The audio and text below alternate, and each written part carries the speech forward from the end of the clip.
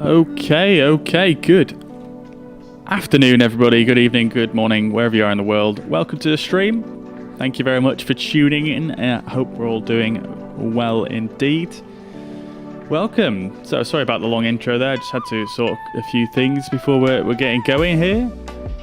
So, it should be a fun flight today. I'm really looking forward to this one. We're flying in the Piper Arrow once again. And we are going to be flying from Dublin to Donegal in Ireland, and it should be good fun. Yeah, I've not really flown the Piper IFR yet, so it should be good fun, like I say. And we are going to be using no GPS, so I'm going to be challenging myself a little bit like we've been doing in the DC6. So it's we're going to be using radio-based navaids only to get there, and in fact, as a matter of fact, we're going to be literally just using one VOR station to navigate the entire way across Ireland, and it should be good fun. It's pretty marginal weather here in Ireland at the moment, so yeah, definitely IFR conditions, and it's going to be proper IMC, I think, for the most part of the journey.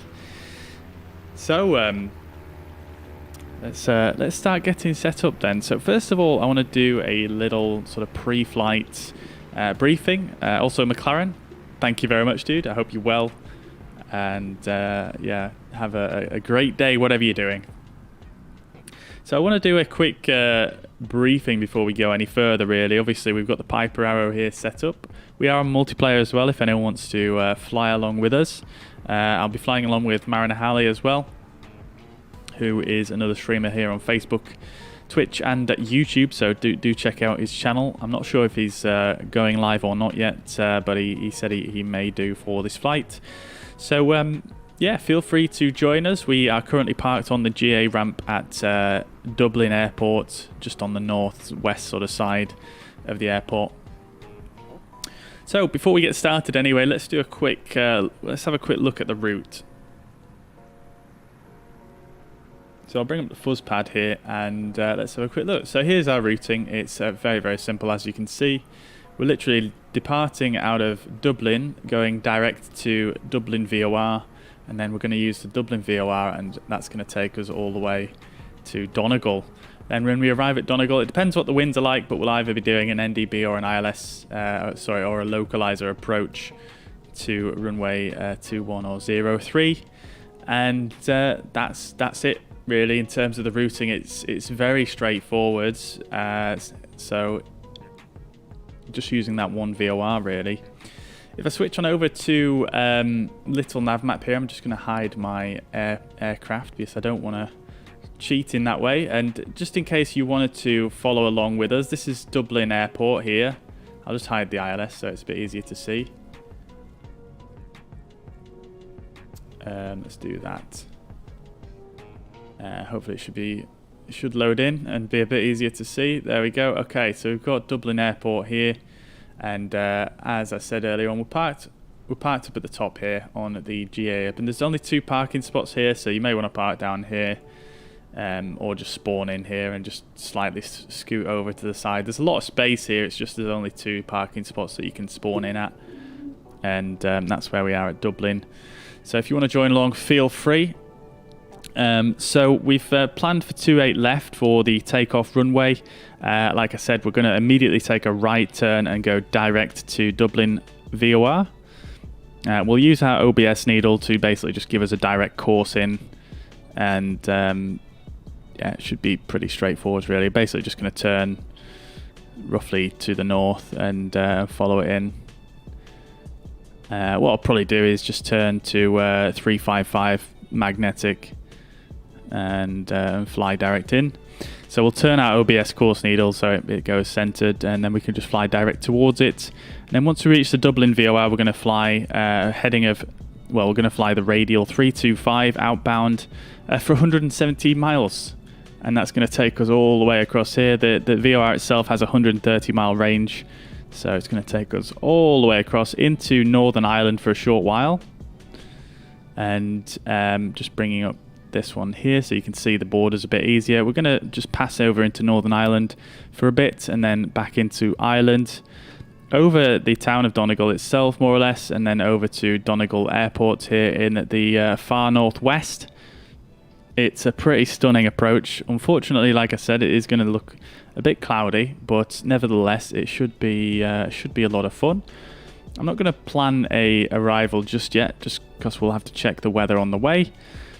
I've also checked the airspace on the way as well, because I wanted to try and do this properly this time, and I think this is a good opportunity to try and do this, because we have not a lot of airspace around here. It's too complex, so it's quite a good time to actually practice it. So obviously we'll be in the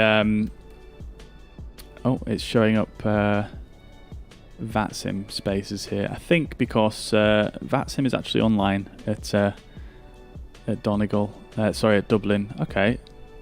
Oh, I wonder if we could do a VATSIM flight. Let's just check, actually.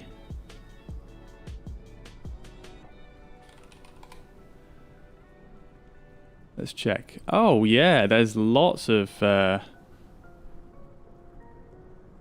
I think I'm not going to do it on VATSIM, because at the end of the day, it's just Dublin controllers online anyway, and we're literally just going to be flying that way away from Dublin, so we'll just have no ATC for the rest of the way, and that means I can't put multiplayer on then. So I'll yeah, we won't do it on VATSIM. There is Scottish control on, and we will briefly pass through their airspace, but again, it's not really a big deal. Okay, so let's just close these ones off. I'm sure you guys don't want to see the stream twice. So I've checked the airspace, like I say. So moving out into Shannon airspace, or Shannon Centre, which is Echo airspace. We do need ATC clearance for that one, but it does start at 7,500, and we're basically going to be flying through a Dublin Zulu airspace, where you do require ATC clearance. However, I mean, again, we're going to assume that we've got the clearance, because I'm not going to use Microsoft Flight Simulator ATC, because as you guys know, I'm not a big fan of it, to be honest. It doesn't tend to work that well. So we're not going to mess with it too much. I am going to turn the ATC voices on, because I did want to just try something today. Yeah, for the majority of the, well, for all of the journey, really, we're going to actually be flying below all of these airspaces, basically. As you can see, most of them start at 7,500 feet. Our cruise is going to be at 6,000 feet. So the only thing we're going to do is we're going to pass into Donegal Centre as we get over this side here, and that's it, really. All right, so then,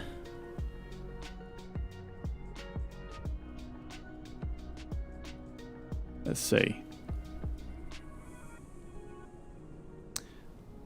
Yeah, so we're going to assume we've got the clearances and things like that. We're not going to worry about that. That's fine. And the only thing I was really worried about was this airspace here that's orange. This it's a Meteo Met Research Flights Area Bravo. So it's a massive area, actually.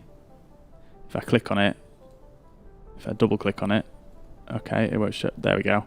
Yeah, so it's a huge area that covers all over Scotland as well as Northern Ireland, and it got me wondering, you know, how would you know whether you can fly in this area or not as a pilot in real life? So I found out basically it's an airspace that's obviously got warnings attached to it, but it's only really activated by a NOTAM. Now, it is of concern to us because it does start at 0 feet AGL, so we do need to consider that. So looking at the NOTAMs here, I've had a quick look through them, and there aren't any NOTAMs saying that there's anything to worry about in that airspace at the moment, along with any other NOTAMs on our route, so we're actually pretty good there. So assuming we've got all our clearances to pass through the various airspaces, we've got no issues. So that's the routing. And we'll just have a very quick look at the weather as well. So looking at the weather here, I actually had a go with windy today, the first time I've really used this, and it's very, very helpful, actually. Very, very useful, I suppose, for sim flying. So yeah, basically we're going to be taking off from Dublin. I've imported my flight plan from little nav map into here, and it basically gives you weather all along the route, which is very, very useful. And as you can see, there's a lot of cloud knocking about. So these grey areas here, this is all cloud. We're going to be cruising at 6,000 feet. So I chose that altitude because it's going to keep us clear of the, you can see this blue line here. This is the freezing altitude. The Piper Arrow is obviously not, well, maybe not obviously, but it's not equipped for icing conditions.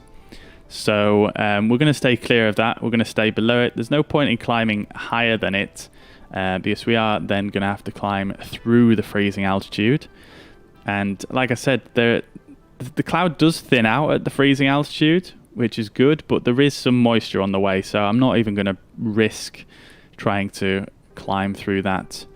You know, there's only a few little gaps here where it's completely white, so I don't really want to risk any ice by going through the freezing altitude there. And that's at about 8,000 feet, so I've chosen our cruising altitude at 6,000 feet because we are going westbound, so we'll need to be on an even cruising flight level or cruising altitude. In fact, in this case, it is a flight level because we are going to be above the transition level for Donegal, for Ireland, sorry. And on the way, we do have a decent bit of wind. We're going to have mostly a crosswind for most of the way, coming from the southwest, and that's going to turn into a headwind as we get over into the Donegal airspace. So that's the wind. It's going to be probably its highest if we go to our cruising altitude here of about 6,000 feet. You can see the wind is, I mean, it's not too much worse actually. Well, actually we didn't even need to move that. You can see the representation here with the barbs, the wind barbs. So you can see it's about 30 knots. It's probably going to be about 30 knot crosswind for a little while, which is quite a lot. And yeah, we're going to have to deal with it. It might be quite bumpy for the first half of the flight, but as you can see, as it goes on here, the wind is going to dissipate as we sort of get to this late portion of the flight, and then the end of the flight, it's going to pick up a little bit, but not going to be too bad. At the bottom here, you've got some really great information as well. You've got the cloud base and the cloud tops, which is very useful when you're flying a light aircraft. The cloud base is quite high to begin with, and then it drops down a bit as we're on our way. So we are going to be in the clouds for a bit. The cloud base has actually risen quite a lot since I originally did this flight plan. Samuel, welcome to the chat. Hope you're doing well. I did, yeah. We're on the brand new patch for the Arrow 3, yeah. But then you've also got the cloud tops as well. So the cloud tops are very, very high today. So if we do go into the cloud, we're not going to be able to really climb out of it, unfortunately. And then you've got your surface visibility here at the bottom. You can see it's quite low for the majority of the flight. And as we get towards our destination, thankfully the surface visibility does actually increase quite dramatically, over 10 kilometers, which is great. And that's it really. It's going to be wet, it's going to be moist, and it's going to be windy. And arriving into Donegal, looking at the winds are definitely getting lighter towards the west side of the country. So that's going to be quite nice for the arrival, but departing, it's going to be quite bumpy, quite wet, quite windy. And again, this is real weather forecast, so maybe the sim won't depict it perfectly, but we'll see certainly. So that's our flight plan. I've chosen to do the route like this because all of the departure SIDs from Dublin, if I bring up the charts here, they're actually all RNAV departures, unfortunately. So if I bring up the departures here, all of these, they're all RNAV, so you need a GPS to fly these. And we can't do that, we're not using a GPS, so we're just going to go direct to the Dublin VOR, which I suppose is probably fine. So that's it really. We don't need to look at any charts for the departure. We'll look at charts for the arrival, but we'll do that on the way. And just to summarize, we are currently up here on the this is a GA apron, and we're going to taxi on. We'll taxi Whiskey 4, and then we'll have to taxi down the runway here and then up off to 28 left to take off. So we'll just taxi down the runway and enter the runway from the bottom there. No issues. And just double checking the weather as well before we go any further. Let's close that off. Click on Dublin here. It's quite handily. Oops. Quite handily. Little nav map gives us the weather. 28 left is the preferred runway. Winds are 240 at 14, gusting 25 knots. So yeah, it's going to be pretty bumpy on the way out. I've got my checklist here as well. Let's just check on the operational data manual real quick. I'm just interested to see if we've got any. This is just performance data, isn't it? So if I bring up the manual, let's just have a quick look. Let's see what the actual tolerances are for this aircraft for the wind and things like that. So let's see. Load factor limits is positive 3.8 G, and let's see. Oh, I can't see any limitations with regards to wind.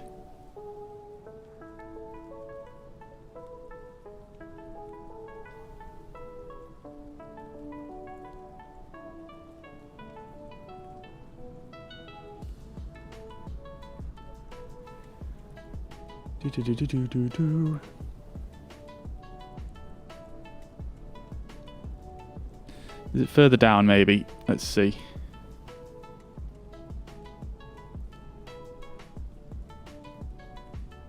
No, it doesn't. We're just going to go for it. It should be fine. Alright, so that's the route anyway. Let's get things started up. James, welcome to the chat. Hope you're doing well. Good to see you. Good to see you. Good to see you. Hope you're doing well. Joe, welcome to the chat, brother. Good to see you again. I'm doing very well, thank you. Yeah, how are you doing? Chris Shuttleworth over on YouTube. Welcome to the chat. Hope you're doing well. Good to see you. First live stream I've managed to catch for a while. Been watching your uploaded older streams. Great stuff. Keep it up. Hey, glad to hear it. I'm glad to. It's very nice to hear when people watch the recorder stream sometimes, because I feel like sometimes they just sit there and they don't really. Nobody really looks at them, but that's really cool to hear that some people do actually watch them and enjoy them as well. Because I know a big part of obviously live streaming is having that live interaction. So yeah, thank you for that. Appreciate the comment. Skywalker, welcome to the chat. Hope you're doing well. Good to see you. Okay, so here we are at Dublin then. Let's just zoom out a bit and have a look around. We've got our Piper ready to get loaded up. Let's see, have we got anyone else around us? We do not at the moment. However, I do have multiplayer on, so I think we should see some people pop up. There's static aircraft over there, but yeah, I think Mariner is joining us. We have had some weird issues with multiplayer recently. I don't know if it's something that I'm doing wrong or what, but a couple of players over there actually in Airbus A320s. Pretty cool. Okay.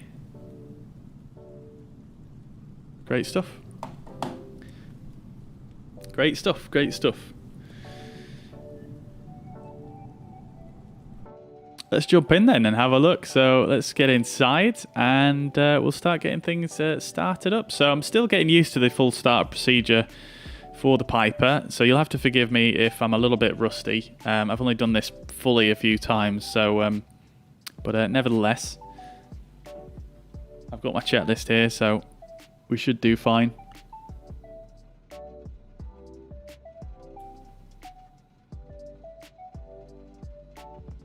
Samuel says 90% of the time I watch after it's been streamed. Oh, that's very cool, dude. Good to hear that other people are watching it as well. Yeah, that's really cool. Thanks for letting me know. Yeah, you have to leave a comment next time you watch it, so I can see that you've tuned in.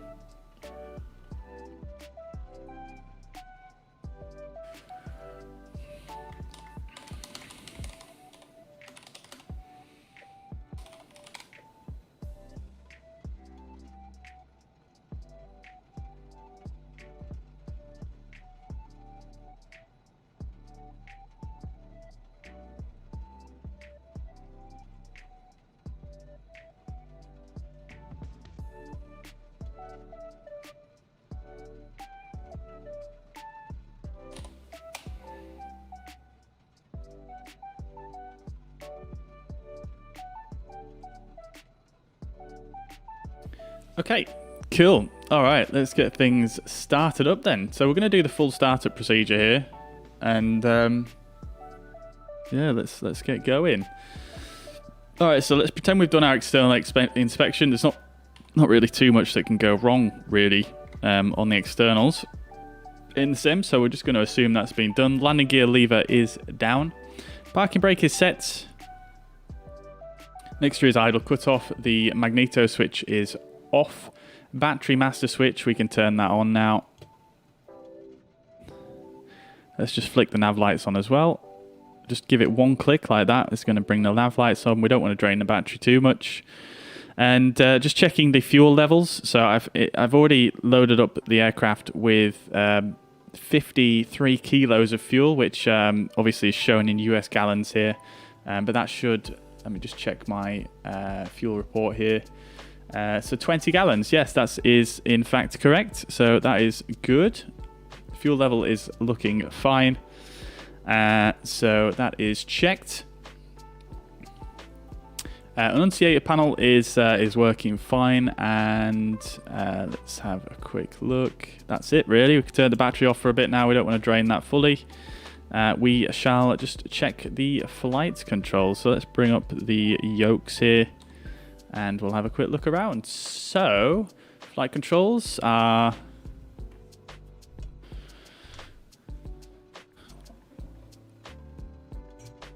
fully operational.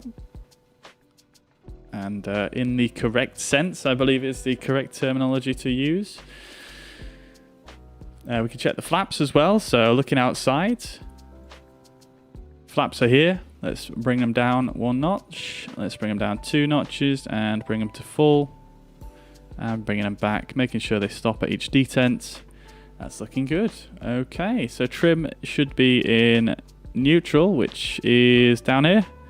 Trim is neutral. That's looking good. The doors, we can get them closed. Let's just bring up the iPad first of all.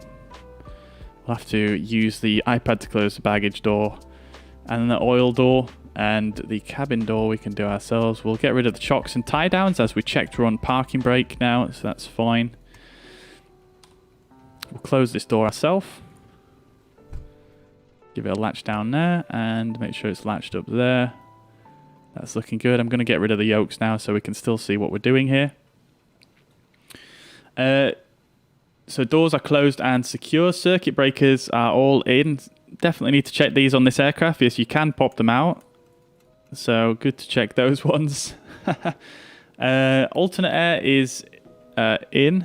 It's quite difficult to see in this light, but it is there. So it's closed currently, that's fine. Sorry, alternate air off, and the circuit breakers are in.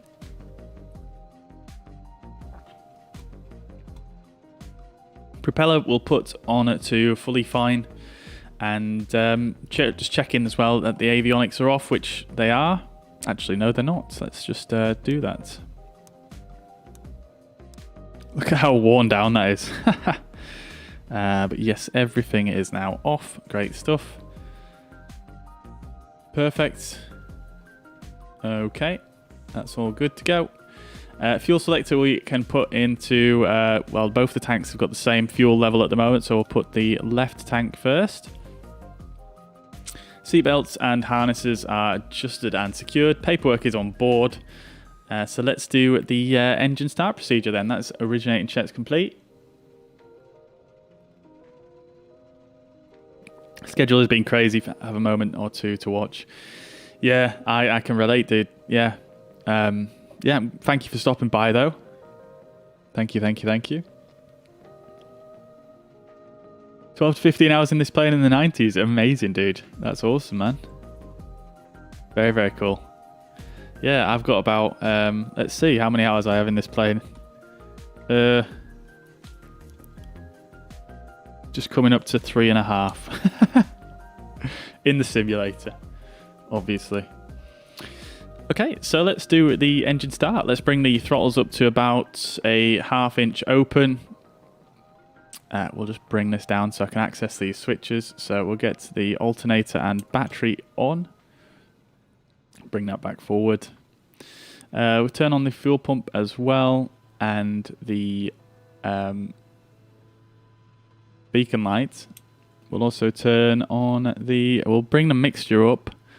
Now, this aircraft doesn't start exactly like the real aircraft, but we're going to sort of do it that way. So if we bring the mixture up to full, and we're basically waiting to see, we've got the fuel pressure come up, we've got the fuel flow started, counting to 3 in my head. There we go. So you pull the mixture back down. So we've primed the engine. Propeller area, we can make sure that's clear. Clip up. And let's get this thing rocking. There we go. Magnetos both, and start.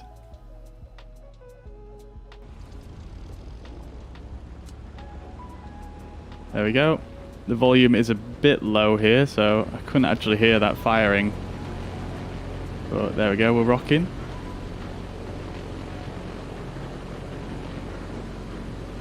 Let's adjust to about 1400 RPM.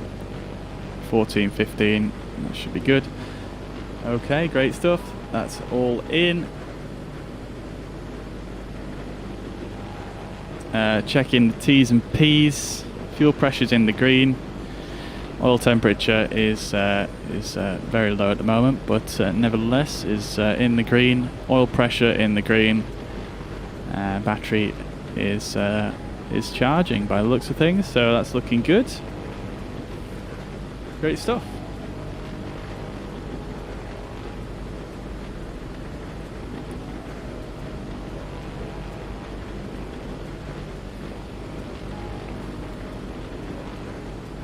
Yeah, no worries at all, James. No worries. No worries. Well, thanks for tuning in regardless.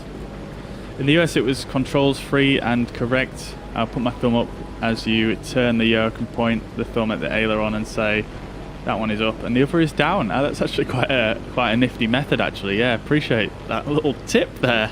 I've not heard that one before. That's great. Thank you. But yeah, I think it said free and in the correct sense, I think, from what I've heard anyway. I might be wrong on that. Okay, let's get the radios on then. So on, voice, and on. Could do a test. I don't actually know what that does in this aircraft. Turn the volume up as well. Anyway, that's fine. No worries at all. Let's just quickly get the ATIS, because I've not got that yet. And this is why I wanted to turn the ATC voices on for this flight. So if we check on the charts, let's see if this works. If we go for 124.530 as the frequency. Oh dear. Okay, that's not going to work for us, is it? Yeah, so these the comm spacing on these radios is actually, I believe, actually illegal now in the UK because it's got this larger spacing.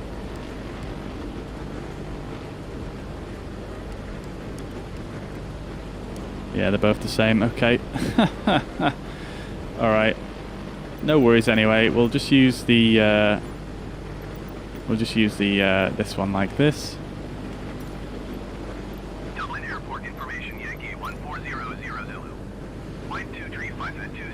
235 at 27. 6 in heavy rain. Sky condition. Ceiling 1,200 feet overcast. Temperature 16. Dew point 10. QNH 29.29. Oh, it still gives the QNH in the freaking wrong format, even though we're in the Europe. IFR aircraft say direction of flight. All aircraft read back hold short instructions. Advise controller on initial contact. You have Yankee. Okay, that's fine. So I wonder then if we look. Oh, I'm just gonna. Can I just? There we go. We'll just turn the volume down. Fantastic. I'm actually just gonna untune from that frequency so that the text goes away as well. I think actually in the Piper Arrow it might have a conversion table.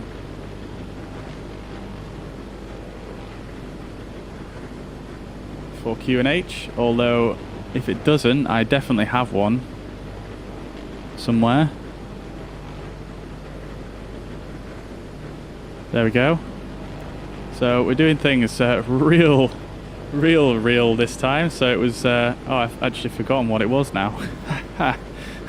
I was so freaking focused on getting my table. I think it was 2929er, wasn't it?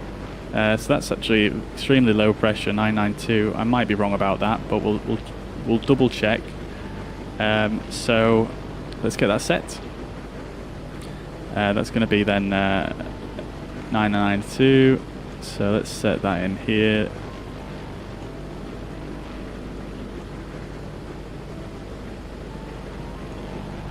There we go, and we'll check actually the chart and just see if I was actually close to that. So airport elevation here at Dublin is 242 feet, so that is looking about, we're a bit low actually. I think we got that wrong. Let's check the ATIS again one more time.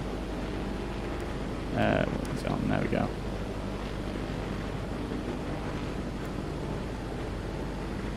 Oh, okay, it didn't want to play me again.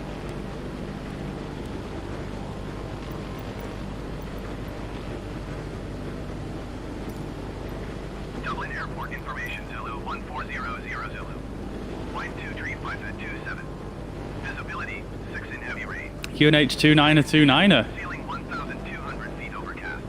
Have I done my conversion wrong?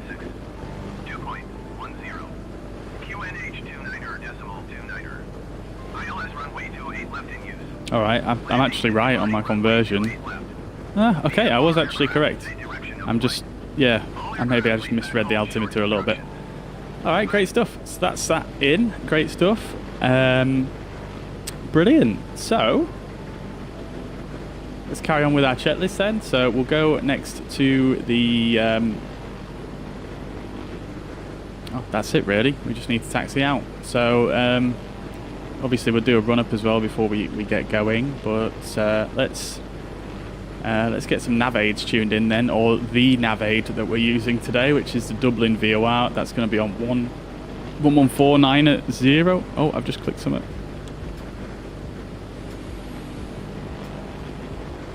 Oh, these actually work as well, don't they? Let's just test this real quick. God damn it. It's weird, like when you click on the ATC menu and you tune the ATIS, it gives you this frequency. However, when you tune it yourself manually through the radio, it doesn't seem to work. Let's see. Oh, it doesn't seem to work, that one. You can't mute it. Oh, actually, is that you? That's possibly you transmitting. I might be getting this the wrong way around. Okay. Anyways, nevertheless, let's get the Dublin VOR tuned on 114.90. There we go. Okay. Let's see if that's identified. It is indeed. Great stuff. And we're basically just going to turn northbound and fly towards it.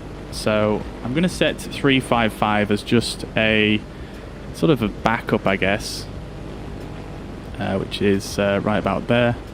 But once we make our right turn, I'll more or less just adjust this so that we're just basically flying direct, and that should be fine. Okie dokie. Is this one gonna? Oh, they're both synced up. Brilliant. Okay, I did not realise that was the case. Okay, fine. No worries. Okie dokie.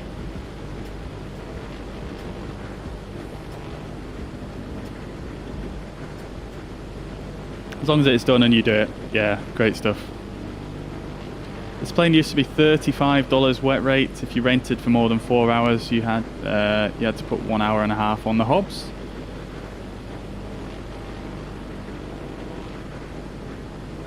I'm not sure what a wet rate is actually, Sky. What does that mean?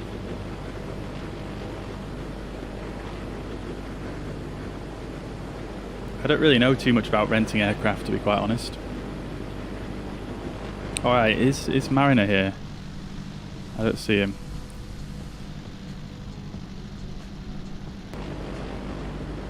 Alright, let's close the window in here, it's a bit loud. Let's have a quick word with Mariner on Discord and see what he's saying.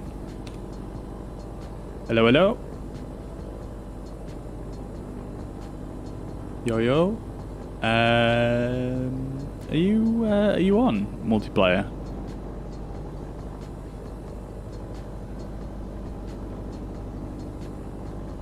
Yeah, I thought I saw you there on the world map, but I can't see you for some reason. Guess just being silly again.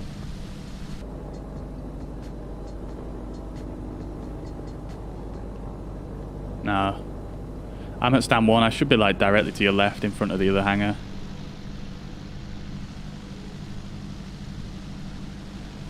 Oh, okay. I'm not moving now.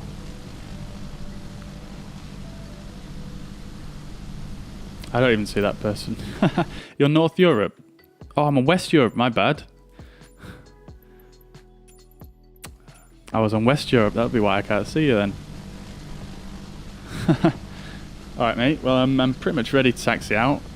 How you looking? Sweet.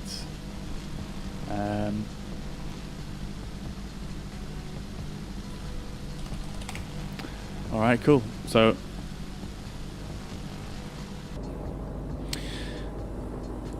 No, I'm not using a GPS, so I can't fly any of those departures.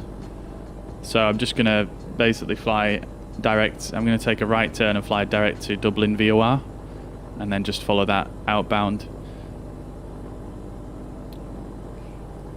But I can't imagine we'll be too far separated because of that. But yeah, should be alright. I'm gonna cruise at 6,000 and beautiful, nice. What aircraft are you in? Ah, right, nice. Yeah, well, you'll definitely catch me up then, even if you fly the full departure. Nice. I see you now, beautiful, in the, what's it called, the Aviators Club livery.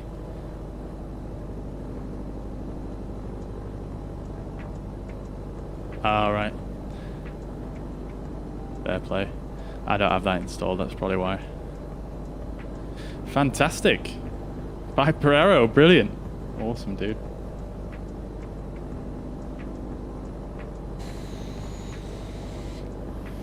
Alright, mate. Well, I'm going to taxi on down then if you're good to go. Sweet. Oh, let me just get some lighting turned on in here, actually. Are you streaming? You are? Okay, cool.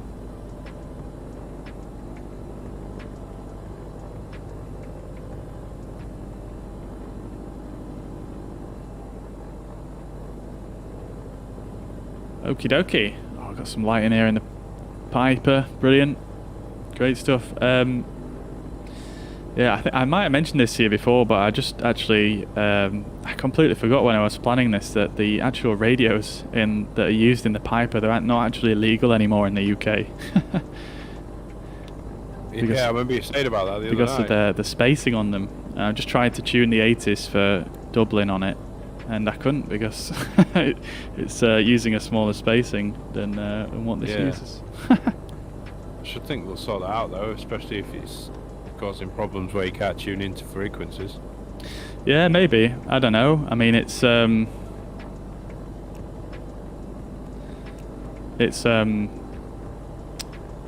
based on a really old aircraft, isn't it? It's based on a real one, just flight. So I don't know. All right. I'll follow you out then. Do you wanna lead the way? Can do, mate. I've just pressed something on me. Oh, there we go. Yo, Dave, welcome to the chat, buddy. Hope you're doing well. Good to see you, mate. Good to see you. Sky says fuel was included. To be honest, I did think that might be the case. Yeah. Very good. Cool. All right. Well, let's do a taxi out then, guys. There's no, What's like I said, Q&H here, do you know? procedure. It is 992. Very low pressure. Yeah, storms outside my house right now. Yeah, I was looking at the weather just before this, actually, and saw these little lightning symbols all over the shop.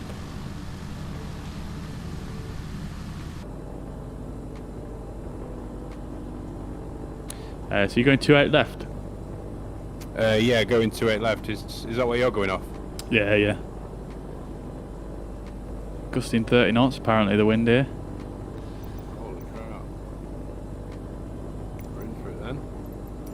certainly are.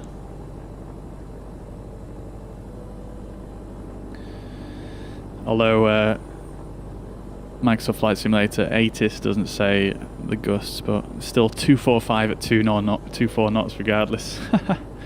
Very nice.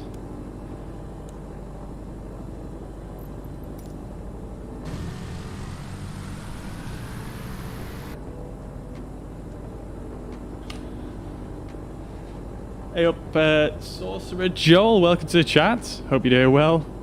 Welcome. I like that emoji, very cute. Mike, welcome to the chat. Hope you're doing well. Nah, then. Good to see you, mate. Good to see you. Doing a bit of IFR in the Piper today. Should be a lot of fun. Alright, let's follow Mariner out then and get underway. So parking brake released. We'll just idle the throttle first and then release the parking brake.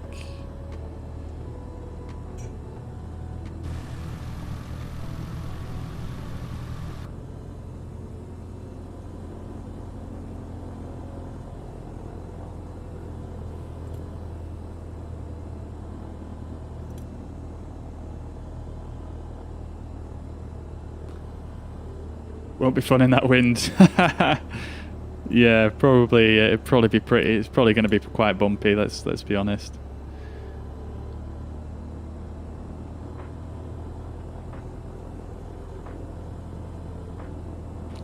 Did you? Can you still hear me? Hey, fam. Oh, brilliant. My Discord went funny for a sec there. They released an update for this. You've got the scenery for this, right? I have, yes. Downloaded it yesterday, I think. Ah, right. Okay, nice. I was going to say they released an update actually, so but you've probably got it if you only did it yesterday. My chat says good day to you, man. Good day, Mariners chat. This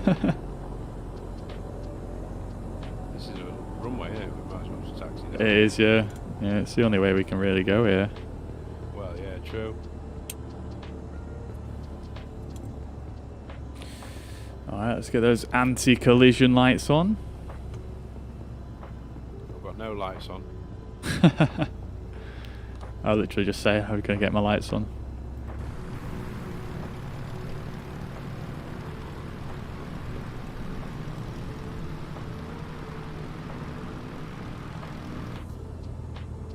What do you reckon?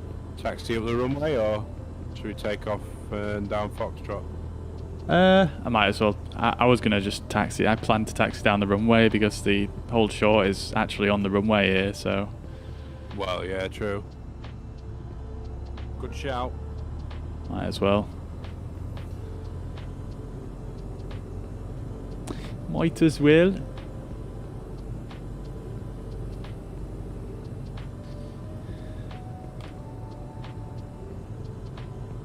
Chris, I'll get back to your message once we get up in the sky. Straight and level is for rookies. Yeah, exactly, dude. We're all about that spicy weather. Don't know if you're getting... I'm getting a lot of flickering textures on the buildings here. Not overly, no. I think sometimes though, when there's like low visibility and clouds around and stuff, I think sometimes that can happen with the glass. I think that's just a sim issue. I'm not sure. Let me check my weather. I ain't even got no clouds. I mean, it's not that low visibility really, but I did notice some clouds rolling through on the while we were sat on the stand. Yeah, my weather's just loaded in. Ah. Well, I'm on the active runway now, so anyone coming in. Yeah, well, I mean, I'm going to do a run up here, so they're just going to have to deal with it. Go around. Oh, I can see some strobe lights at the other end of the runway, actually. Right. I think I'm ready. Oh, it looks like they've just taken off, actually.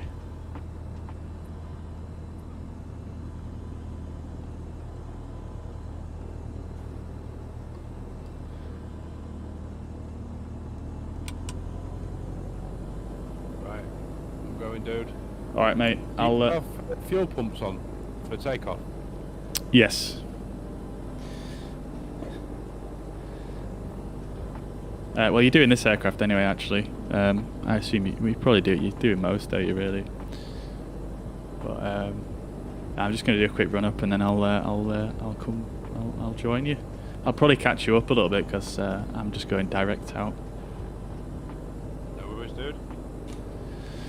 Alright guys, let's do the run up as well. So obviously avionics are on, ATC clearance, we're going to assume we've obtained that. Taxi area is clear, parking brake released. This is just a taxi checklist that I'm reading here. I don't need to read it too much there. We're just going to go straight to the run up. Okay, so we're on high RPM, parking brake is set and it looks like it's holding. Let's bring the propeller up to 2000 RPM.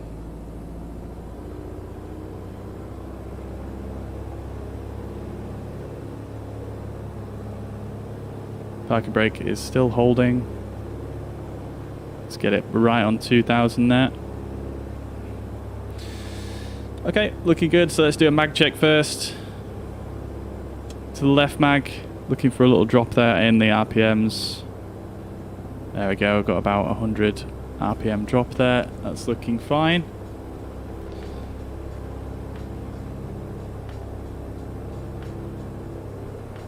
And then check the right mag as well. That's looking fine. It does actually say max difference 60. Oh no, wait, that's fine. I'm just. Yeah, never mind. Okay, so prop check, we'll bring that all the way back down.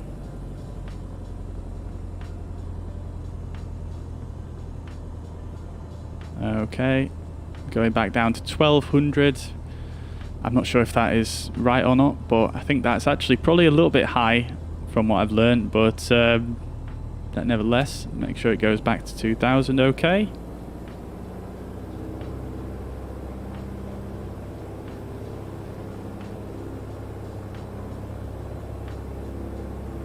Checking the vacuum gyro suction meter here. Everything looks good there. I think that you need to be between sort of 4 and 6 on this, if I remember correctly. And that's fine. We're going to pull the prop back again. I'm going to look at the fuel pressure and oil temperature, oil pressure. That's all looking good. Fine. Okay, great stuff. Ammeter's looking good as well. An annunciator panel, let's just give that a quick test. That's all looking fine. And the alternate air, we can cycle, cycle that very quickly. There we go, making sure there's no drop in any of these dials here. Looking good.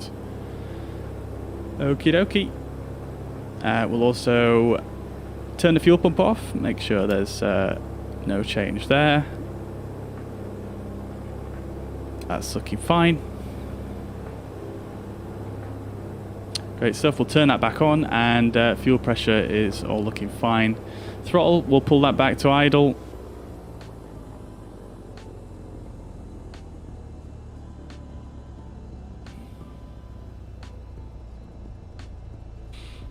Okay, great stuff, looking good. We'll put that back to about 1500 RPM and we'll do our before start checklist. Before takeoff checklist. Alright, so battery master is on, alternator is on. Flight instruments we have checked. Fuel selector, we'll actually switch that over now to the right tank.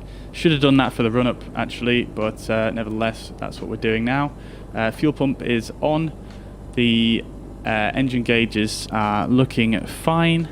Everything looks good. Landing lights we can also turn on. Alternate air is off and closed. Mixture is fully rich. Propeller is fully fine. Flaps we'll just go for 0 flaps for this takeoff. We've got a nice long runway here.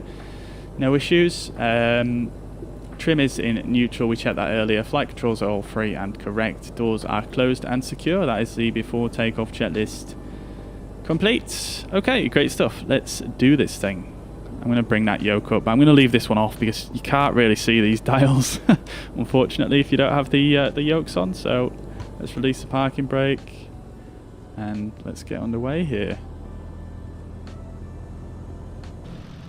Another little GA aircraft taxiing off there. It is quite cool flying on multiplayer on Microsoft Flight Simulator. I can't lie.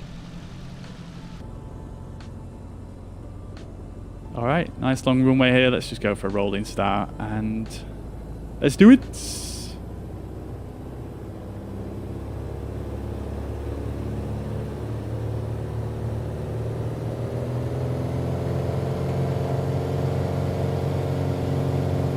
Oh, what the?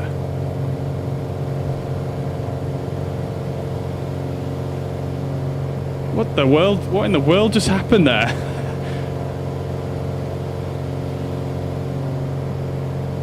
It seems to do that, this aircraft, for some reason. I'm not sure why. Whenever you reach the sort of rotation speed, which is about 65 knots, for some reason it just starts like doing some very weird stuff on the ground, starts flailing about. Alright, so we'll go for 90 knots climb speed. Just going to get this trimmed up, I think. Oh, that feels different. Let's get the gear up now. Flaps are already up, so we don't need to worry too much about that. And let's bring the prop back now to 2500 RPM. And we should be more or less clearing the runway. So let's make that right turn.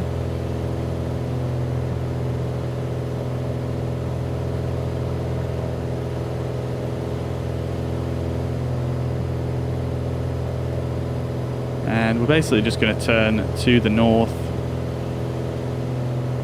Just going to give me a bit more trim there.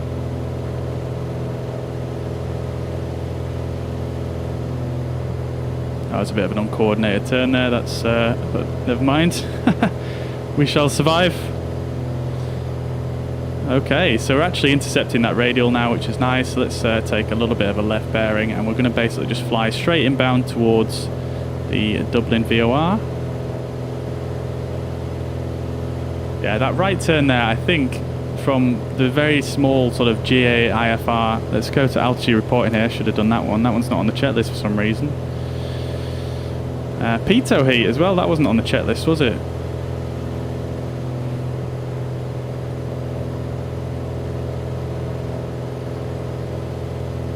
Okay, so we're going to climb out to 6,000 feet. As we said earlier on, the transition altitude here is 5,000 here at Dublin. So, oh, bit of a bump there. So we'll switch to standard pressure at about at 5,000 feet.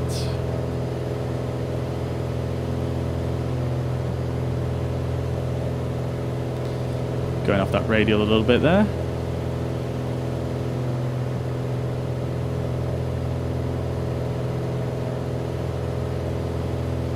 Yeah, so as I was saying, we should be doing sort of standard rate turns on when you're flying IFR, shouldn't you really? There we go, that's fine. I'm wiggling all over the place here. I need to just calm down a bit. There we go, that won't do it, but let's keep going nevertheless. 1.4 miles to go until we reach the VOR itself. Beautiful, guys. That was nice. I enjoy this. I very much enjoy flying IFR in a little aircraft like this. And you know what I've realized is I think that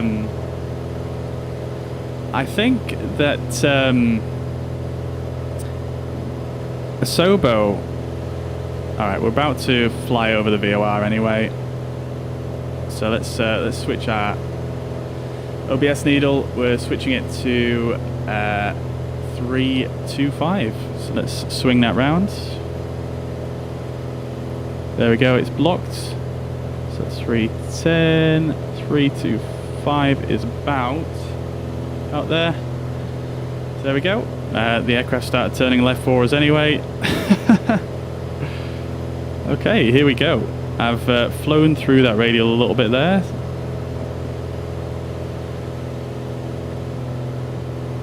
It's quite challenging doing everything when you're flying manually. I could do with sticking that autopilot on pretty soon. Oh god, I feel like I'm getting sucked down here. There we go. I think I've said in my DC6 streams before, something I definitely need to work on is my VOR intercepts. How's it going, man?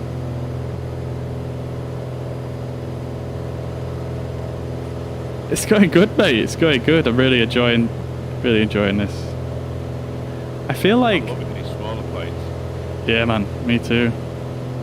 I feel like I was just saying earlier, just a minute ago to my chat, I feel like a Sobo or somebody, I don't know what's happened, but the trim feels better. I don't know if you noticed that.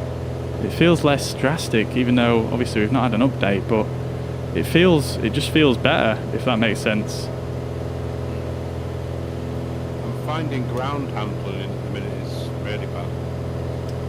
Like for takeoff and that, proper really, like sliding on the runway, you know, like for takeoffs and stuff like that. But once you're in the air, it's fine. Yeah, yeah. But this is just flying like a dream. Yeah, no, I think I noticed that as well. When I reached sort of my rotate speed in this aircraft, it just started flailing about all over the place on the runway. It was very strange. Yeah. Yeah, I found that.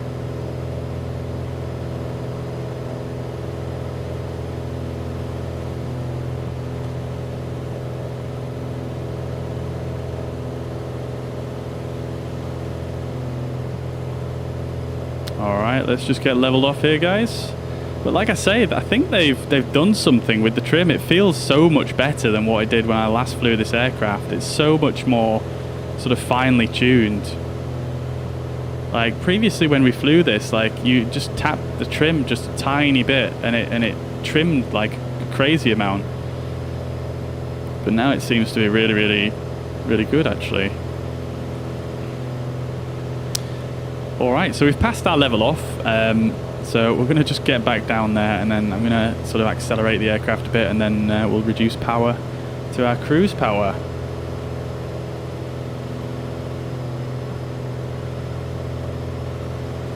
So as you probably noticed there, I turned on the autopilot and we're now following the outbound radial that we set. So that's all good. Just double checking that I actually set it correctly. So 325 is good. That's what we wanted. And the aircraft really doesn't want to descend here, so I'm going to have to give it quite a bit more trim.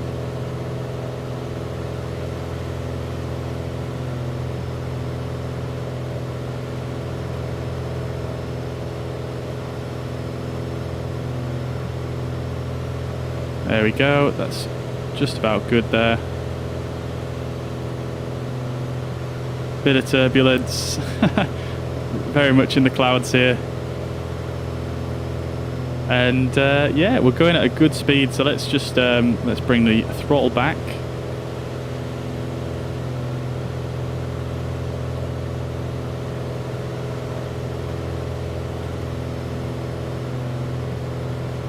Actually, I tell you what. Before I forget, I'm just going to switch the fuel tanks over. Oh. Hello? There we go. Yeah, the fuel flow we're getting is quite low actually compared to normal.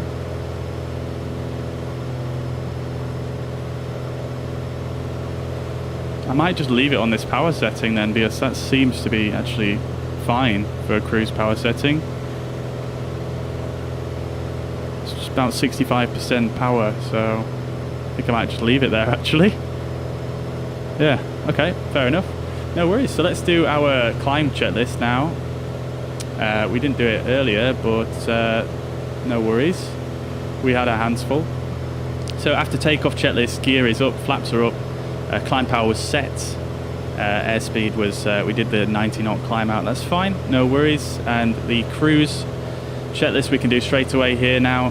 So throttle is per charts, propeller is per charts.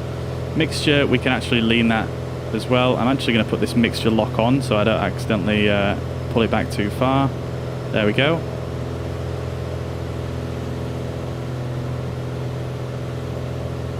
So mixture is leaned, engine instruments are checked and looking good. Fuel selector, we did select the opposite tank here, and electric fuel pump we can now turn off. We could probably also turn our landing lights off as well. We'll leave the pitot heat on, and that's looking good. I'll bring up this this one right here, and we'll just do the bring up the stopwatch like so, and we'll set that going, so it's going to remind us to change fuel tanks as well. Alright, beautiful stuff. Hitting a little bit of turbulence here, the aircraft is wavering a little bit. Let's set our standard altimeter as well to 1013, which I also forgot to do.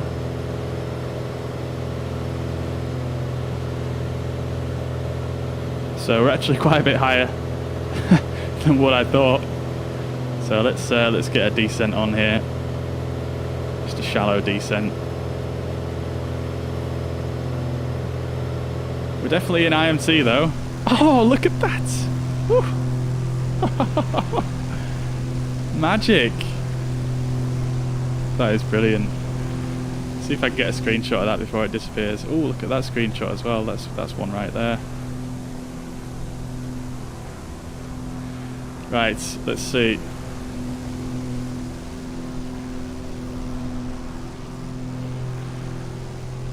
Let's move the camera far away.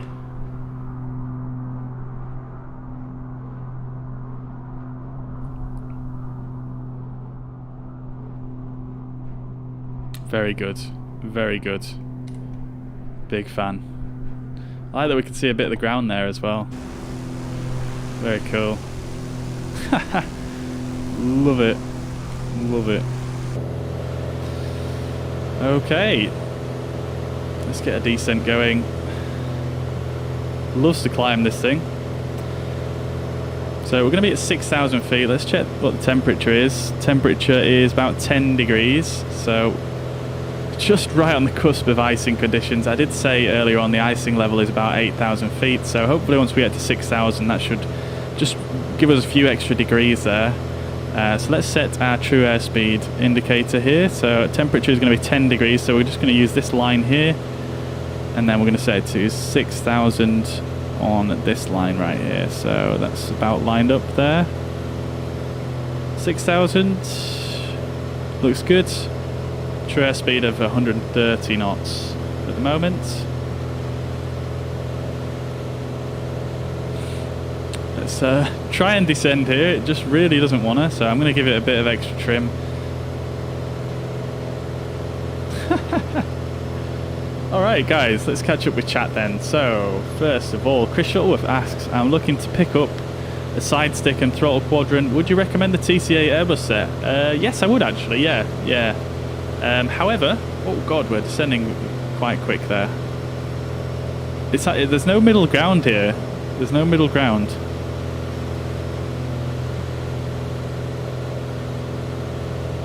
Maybe they haven't fixed the trim and it just doesn't look as obvious because I can't see outside. Look at the rain as well. Love it. This sim is just brilliant. So yeah, I would recommend the TCA set. I would recommend it, especially if you fly a lot of Airbus. You're gonna enjoy it a lot if you fly Airbus, to be honest. However, what I would also say is I would recommend taking a look at the new set from Honeycomb. Honeycomb have got a new joystick and throttle quadrant set coming out very soon. So I'd recommend taking a look at that because that one also looks extremely good. I might even end up switching to that one, to be honest. And it does have detents as well, so it would work great with the Airbus. So I would recommend checking that out. I can't remember the name of it off the top of my head, but if you Google Honeycomb joystick and throttle, I'm sure it'll come up. It's not out yet, but it's coming soon. It's something they want to do for the Xbox, so obviously it's compatible with PC as well, but yeah, it's just not out yet, so it should be out pretty soon, I imagine. So yeah, I mean, it's good for the money. It's yeah, it's definitely, you know, it's not super premium product, the TCA stuff. It's definitely, you know, it's not, like I say, it's not super premium, you can tell, but it's nice. It is nice set of gear. So yeah, can't fault it really too much. I've had a couple of faulty ones, but I first got mine when I was sort of right in the middle of lockdown. And I think because they just came out then, they were probably trying to push them through a bit quicker than what they should have been. So I'm going to blame that and forgive them. And I've got one that works fine now. So yeah. Good flight, lad. Yeah, thank you very much, Joel. I love yeah, I really enjoy doing flights like this. Glad you're enjoying. Skywalker says Aerospace Shell Tobago 180 brake horsepower with constant speed prop but fixed gear. I can't remember what that was in response to be honest. I've lost track. Joel says stick cam. Yes, we had the stick cam on. Yep, that's something I try and remember to put on when we're doing takeoffs and landings. Just makes it a little bit interesting.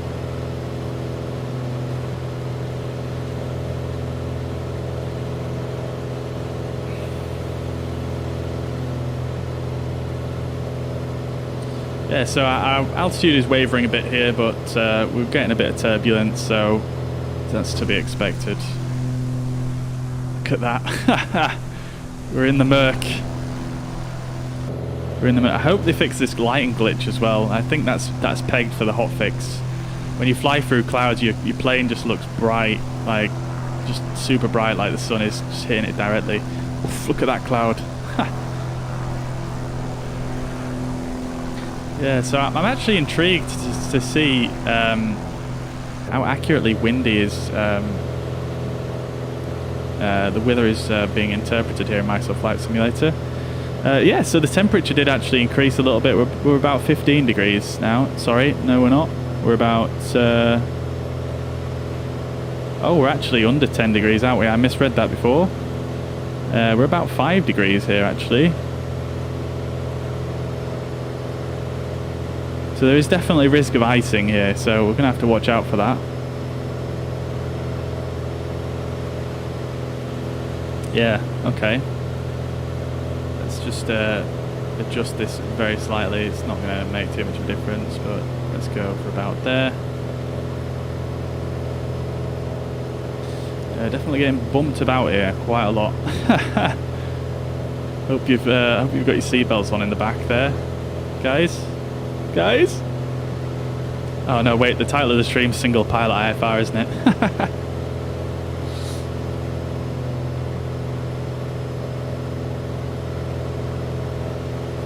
There is actually an altitude hold, like cheat mode in this aircraft, I believe.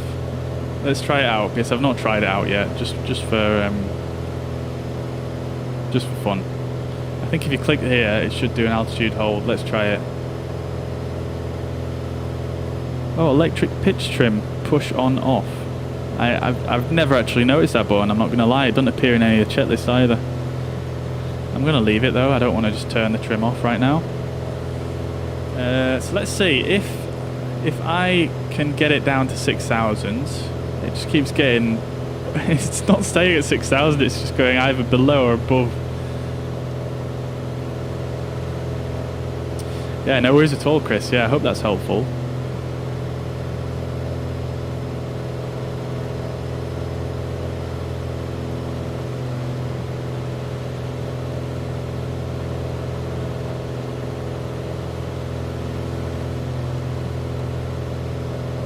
I don't necessarily want to use a cheat altitude hold mode because the real aircraft obviously doesn't have it, but I just want to try it out, you know, as you do.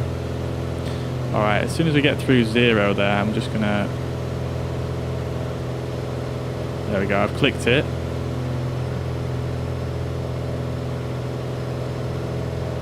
Let's see what it does.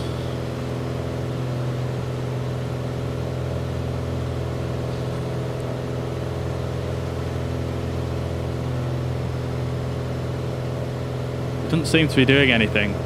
Maybe I didn't click it well enough.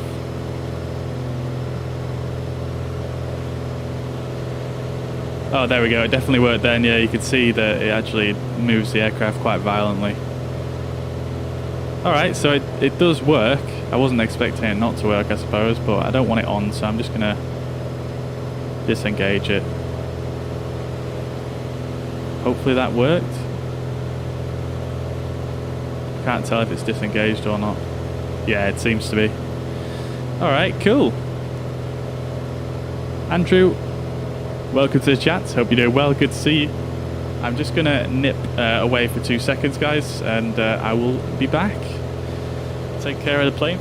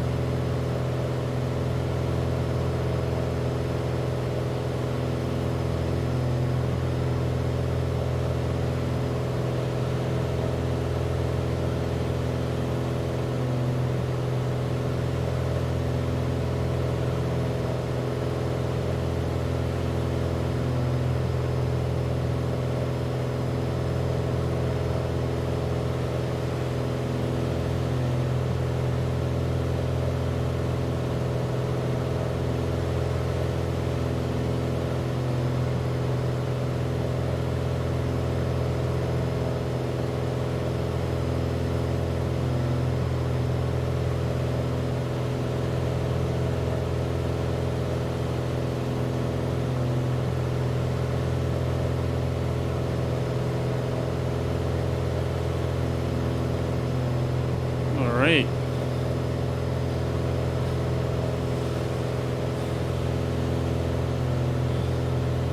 Altitude still wavering. Wavering a lot. It's very bumpy.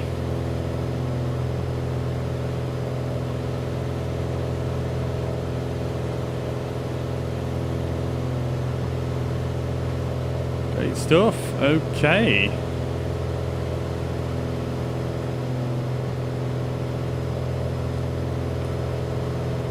How's the G1000? Not too bad, mate. How do I tune an ADF frequency in here? Have you any idea? It's on your PFD. It's one of the bottom right buttons, somewhere on there. I can't remember what it's actually called on there, but it should be there somewhere.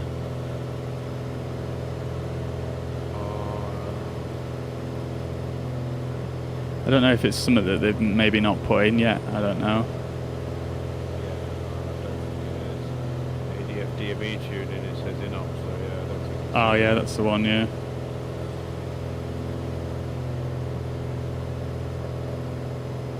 I've tuned the localizer anyway to try and get that. I think I'm going go for 03. 03, right, cool. Yeah. Yeah, what I'm going to do is try and line myself up with a localizer from this end if possible, just using the navaid. Right, yeah. And then do a circle to land? And then just go in from 03 end, use because the localizer, can use that for, the nav arrow, like nav 1, and then just follow that in. You won't. I don't think you'll be able to pick it up from the 03 end. Might be able to, I don't know. You might be able to in the sim. I'm not sure. I've never actually tried that. I think that's what I'm going to try. I'll just wait till I see I'm near enough line up with the runway, and then just go for the final approach course, which is 025. Yeah. Yeah, you could do. Yeah, I mean, I looked at the weather earlier on, and I think visibility is pretty good in Donegal. It actually says VFR conditions at the moment, so clouds cleared up. might be able to just do it visually. Yeah. Yeah, clouds cleared up for me, man. And I see you behind me. Oh, you can see me. Well, I can't actually see you. I can see your name. Right. I've actually got name tags off today, so I can't see yours. I can't see your lights either, but I'm still in the thick of the clouds, to be honest. Oh, look at that, guys, from the outside. That looks nice. I don't even have the red light on, though, to be fair.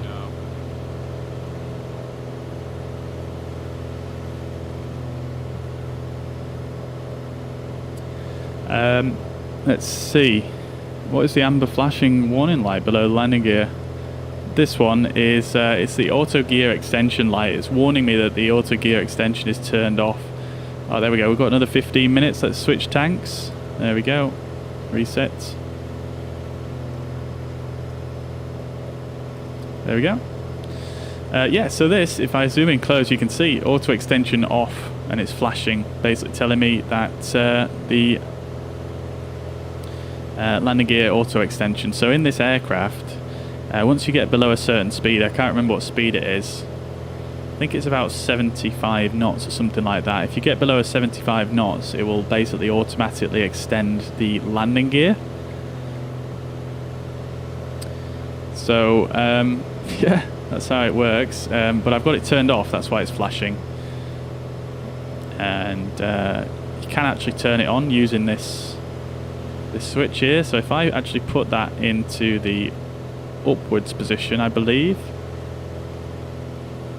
Actually, is it that position? Yeah, there we go. So that's in the middle. That's on. I can actually put that switch forwards, and I believe that's an emergency extension. So I'm not going to do that now. But yeah, so you can see it stopped flashing now because it's actually turned on. But you can actually put that up to the top, and then it's off. Unfortunately, that just always flashes if you have it off, but nevertheless, I'd rather have it off, to be quite honest with you. I've just switched to Rex weather, and I cannot see a thing now. Oh, really? Whereabouts are you? What departure did you use? Zurich 1 Alpha. Let's see. I am. How far away you were from? Do you know how far you are away from where we departed? I don't. I'm 14.5 nautical miles away from Nippit, if that helps. No. No, it's all good. It's all good. Between Zurich and Nippit. Right. Oh, you know what you could do? You could, if you tuned the VOR that I'm using to track, and then you just brought it up on your DME needle, you could see. I could see how far ahead you are in relation to me. What was it? 110.9. 114.9. 114.9.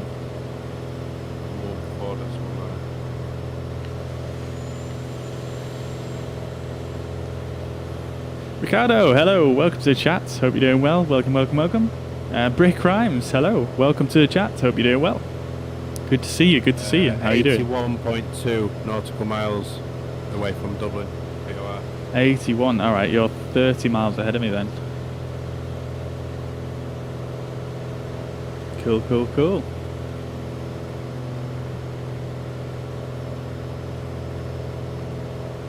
Yeah, I can't see a thing now.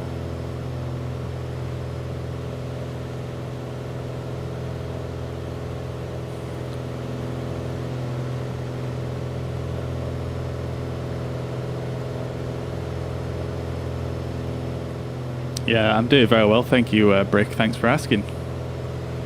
Thank you for asking.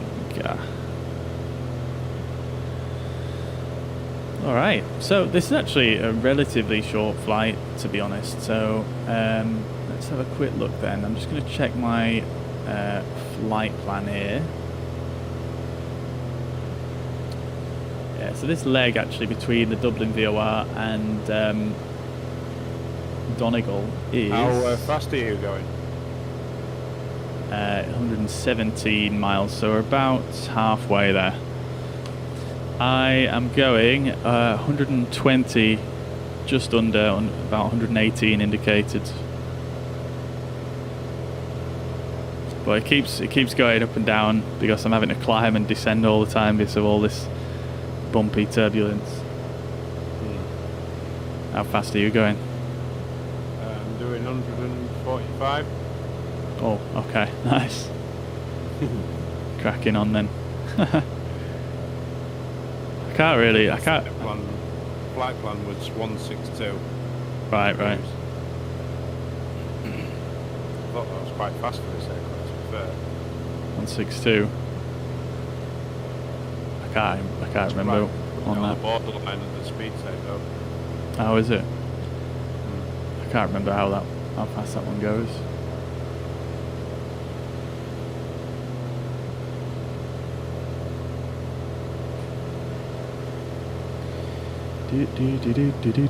How's the hour 3 treating me? Very well, thank you. Yeah, very well. I absolutely love it. Yeah, I only actually. The interior though, it's luxurious, isn't it? Yeah, it is, isn't it? Yeah, it's super nice with those leather seats and whatnot. Can't wait till the door opens. Get me Lambo doors up. Yeah, that'd be brilliant. I hope the modders of that do that sometime. That'd be really cool. How's the hour 3 treating me though? Yeah, really well. Like I say, I only actually picked it up fairly recently. When was it actually? Last weekend. So this is the first time I've done an IFR flight in it. So yeah, loving it. I think it's just super nice. Definitely can see why people say this is the best GA aircraft for the sim at the moment. Definitely see that. Okay, so I think we're on the left. Oh no, we're on the right tank, aren't we? Okay, never mind. We're looking good. Fuel remaining is about what, 16 gallons.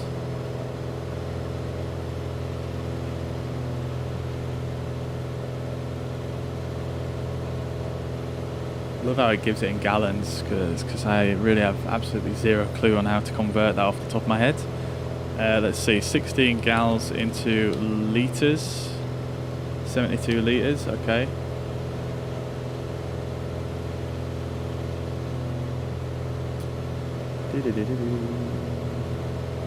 Alright, I think we're potentially burning a little bit more fuel than what we wanted to really. So I might reduce the power setting a little bit. So I'm just going to bring up the cruise power settings in the chart on the manual here. So we'll go for economy cruise, which is 2,200 RPM, and then we are currently at pressure altitude of 6,000 feet, and the temperature is about, what was it, 5 degrees? Let's see. So it's about, yeah, just over 4 degrees. So let's see. So 6,000 and about 5 degrees.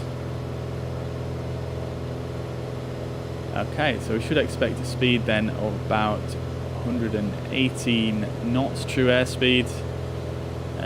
Okay.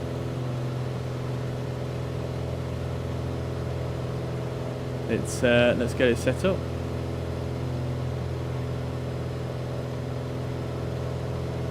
So we'll go for fuel flow of 8.5. So let's reduce the throttle down first. Which is probably about here, maybe a little bit lower.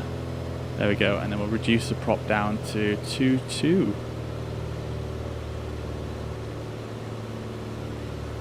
So we can expect a true airspeed then, like I said, of about 118 knots. Just scrolled that by accident, didn't mean to do that. Alright, there we go. Yeah, true airspeed is about 118 knots already. We are in a slight descent though, so let's see what happens when we get leveled out.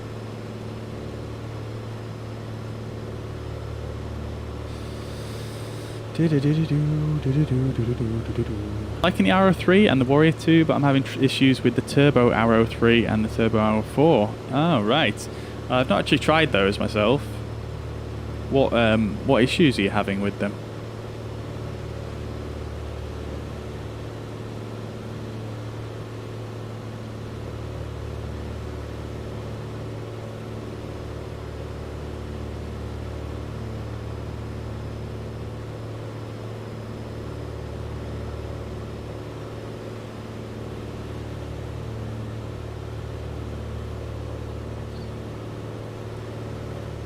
Okay, I'm just going to leave it at that trim setting for now. Okay, that doesn't still look too good.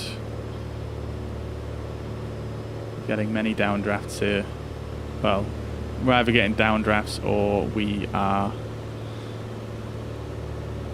The trim's still a bit sensitive from the update.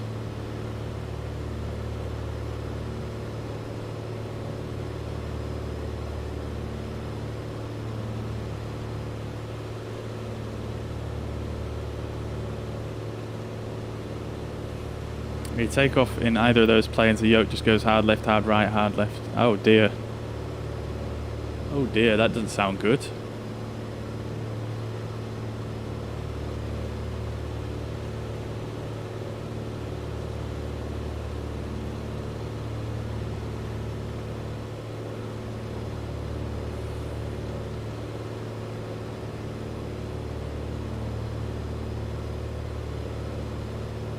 So, just by my estimate here, we should actually be crossing over. We're probably just over Northern Ireland now.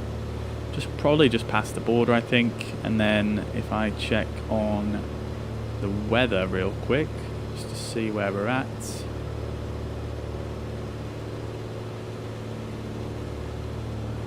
We're about 50 miles in, aren't we? 65 miles actually, let's say. So... yeah, the wind should start to calm down here.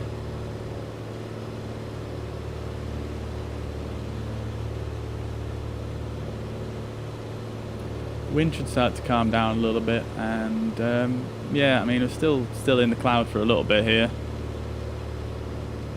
Well, yeah, the cloud bottoms in this area. Oh, actually, no, the forecast says the cloud bottoms are above us, but that's clearly not correct. So yeah, never mind about that one. I don't know if we're ever going to come out of the clouds here.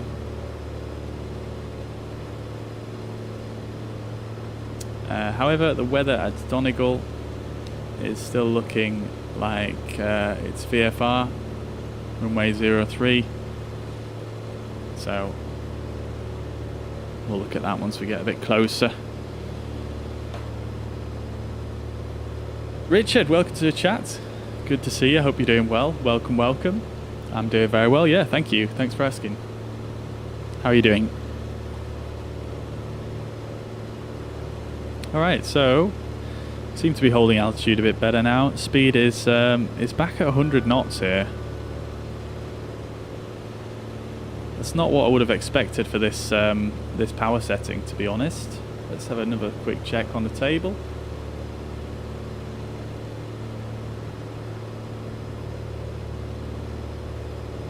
Yeah, 6,000 feet, temperature is 5 degrees-ish.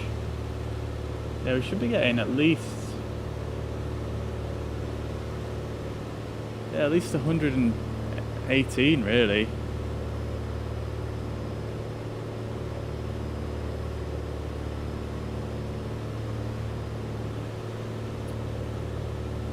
Mixture, maybe I've got the mixture set too low actually. It says set the mixture to peak EGT, which it's a bit lower.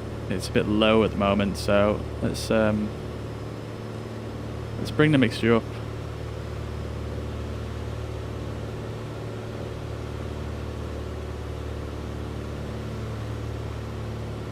I don't know if that's actually... no, that's not working actually. We want to lean it a bit more, don't we?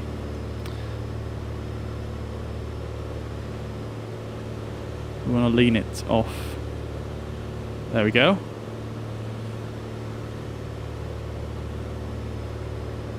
So let's just, we'll need to bring up the manifold pressure a bit there to compensate.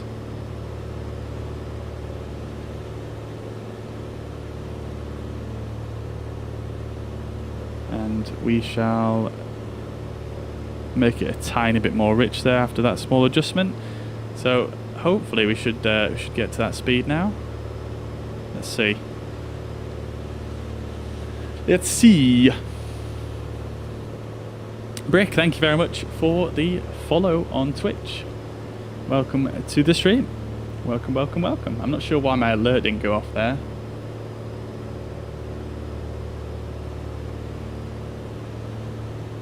Did it actually appear on screen, the alert? Because I didn't hear a sound, unfortunately. I'm not sure why that was.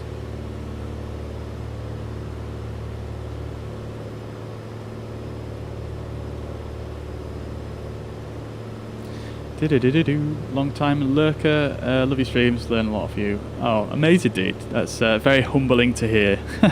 I'm glad you do, man. I'm glad. Yeah, thanks for tuning in, and I mean, even if you're lurking, you know, thanks for dropping by, and yeah, always great to hear from people who I never hear from. So yeah, nice one, dude.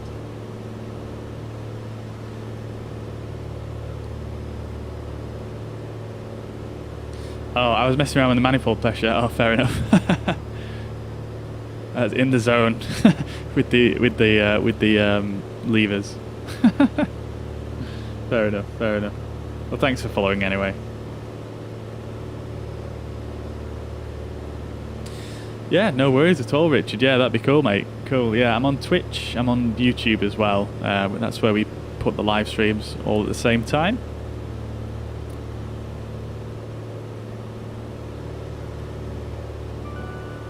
Hey Richard, thank you very much for the follow over on Twitch. Much appreciated, dude. Thank you.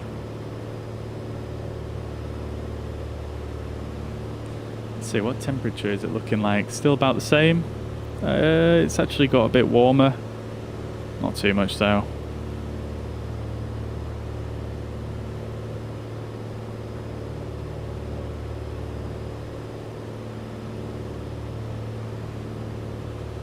Speed's still looking a bit low for this power setting, but we have just done a small climb, so let's see what happens if we hold this altitude. I'm going to actually just do this cheat altitude hold for a second and just see what speed it actually gets to.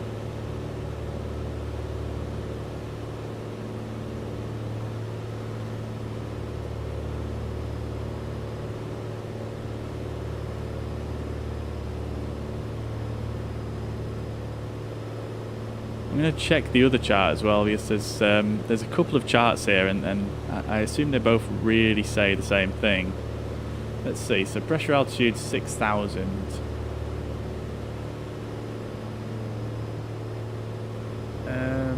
22.5 is economy, and 2200 RPM.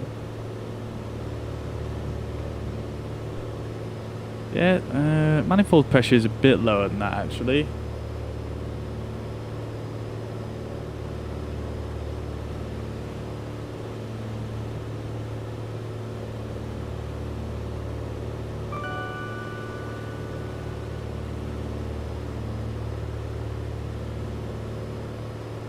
Yeah, let's try bump up the manifold a little bit. We're going to leave the prop speed the same.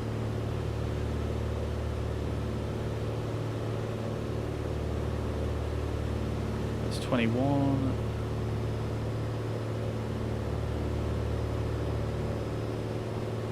Oh, and that fuel flow is way higher though. Let's reduce the... oh, we need to make the mixture a bit more rich, don't we, for that? Alright. That's definitely increasing the speed to more what I would expect it to be. Maybe I read the other chart wrong. It's also entirely possible.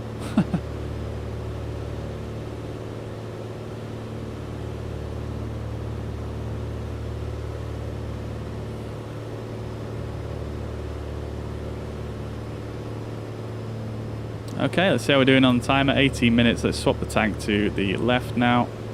How are we doing on fuel, in fact? We've got about 5 gallons in the right tank and just over that on the left tank. Okay, looking good. Looking good.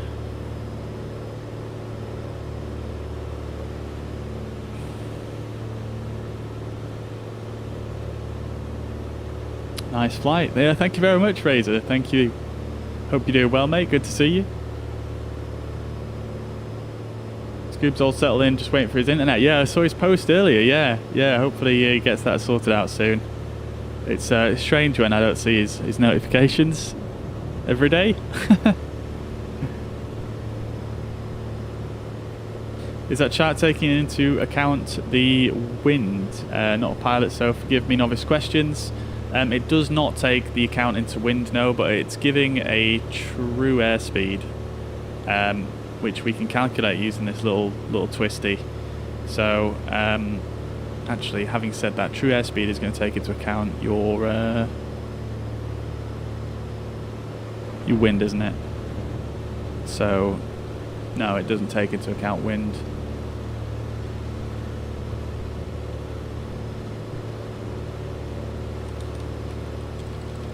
Although, am I getting that mixed up? No, I'm not. True airspeed takes into account the wind as well, doesn't it? So yeah, that's possibly why it doesn't line up. Although, having said that, checking the wind earlier on, the wind is actually coming from the west, and if anything, it's probably going to be more behind us than a headwind. So I would expect to at least have maybe a little bit more. A little bit more speed, if anything.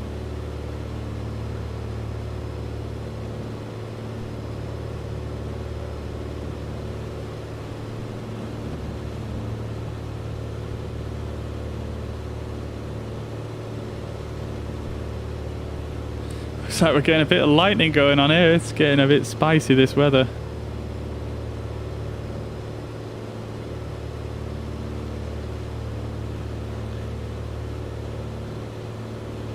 We're definitely getting more close to that speed that we wanted as well.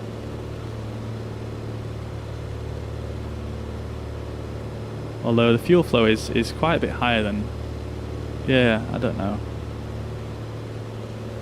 So if we have a quick look at the charts here. This is the chart I'm looking at. This is one of the charts I looked at anyway. So you've got this one, which is a economy cruise at 2200 RPM. Cruise RPM 2200. Mixture peak EGT, which we did set. Fuel flow 8.5 grams per hour.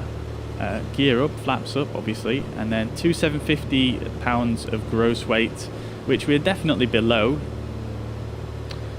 So pressure altitude 6,000, so we follow this line across, and then the temperature is just above 0, so let's say about there. You can see the example it gives actually is 10 degrees, which is just below where our temperature is. So our speed should be about on the bottom right of that box there. So that is 15, 16, 17, 18, 19 according to this chart. Now, this chart, when I set the fuel flow based on that, it was giving us about 100 knots. Which is interesting, because I thought, yeah, this aircraft was very good at flying the book figures, but again, wind could affect it, I suppose. So instead, what we've gone for is we've gone for this economy chart here. So we're using 6,000 feet at 22.5 manifold pressure and 2200 RPM mixture peak EGT. So we're at 55% power setting, and that seems to be working out for us. It doesn't tell you what airspeed you can expect from this, but nevertheless, yeah, just having a play around at the moment. Obviously it's still fairly new to me, this aircraft.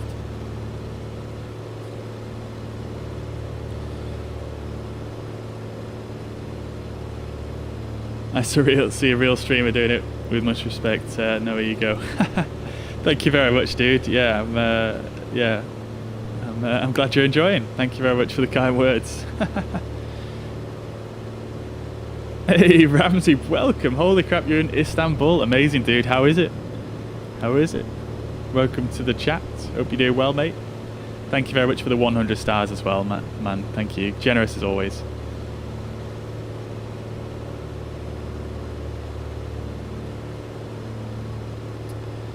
Flying in a storm. I mean, I'm hoping we're not flying in the storm. I know there's definitely bad weather forecast, but according to the forecast, we should be just skirting around the storm. So hopefully we're not actually in it. Although there is some convective activity definitely en route. In fact, it's this portion of the route. So I suppose the weather is depicting that quite well. But we should actually leave the storm fairly soon, which is nice. If I bring up the weather that I had a look at earlier on, you can see we're probably about here actually, right about now. So you've got this sort of darker shaded area of lightning bolts.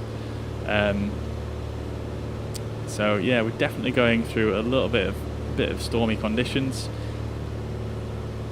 So yeah, I mean, I think probably in real life you would probably avoid this, but it's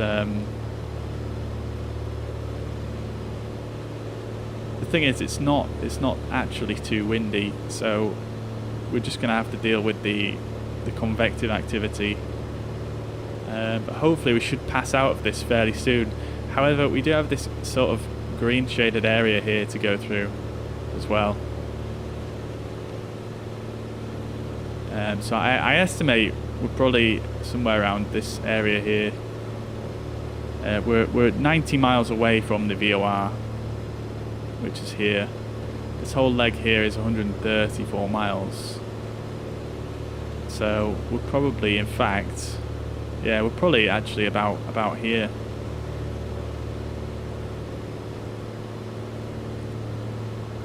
This hopefully is the worst of it.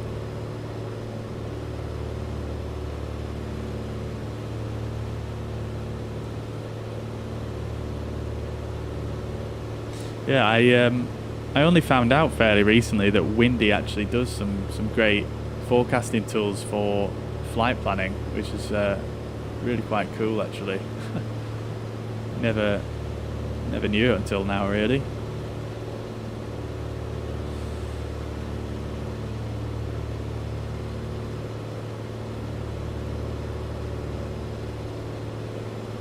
All right, we're not actually too.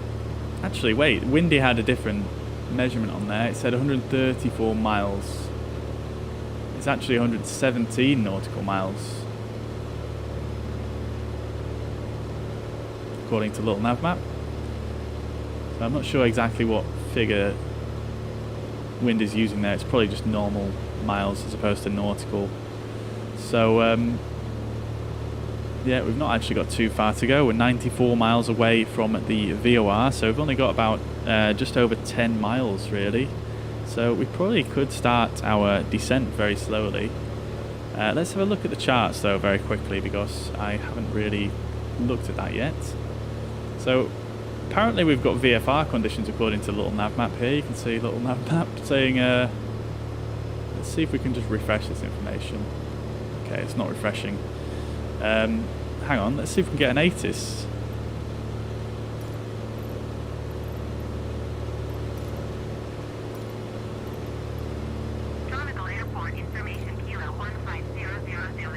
Ceiling 1100.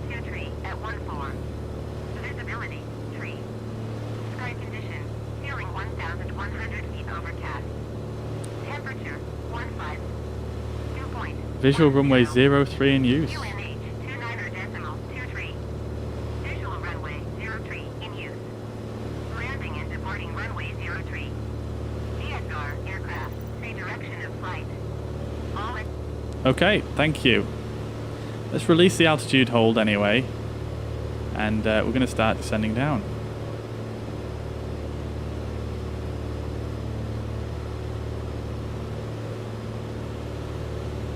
So let's have a quick look at the charts whilst we do that. Sorry, I had the iPad up while I was looking at the ATIS and stuff, but nevertheless, basically runway 03 is the main bit of information.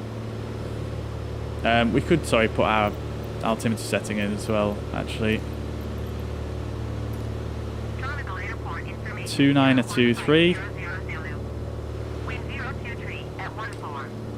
Visibility 3. Sky condition. It's much lower pressure than obviously standard pressure, so it's going to give us a much lower altitude. So definitely need to put that in there. So I'm going to start descending now, and like I say, we're going to have a look at the charts. So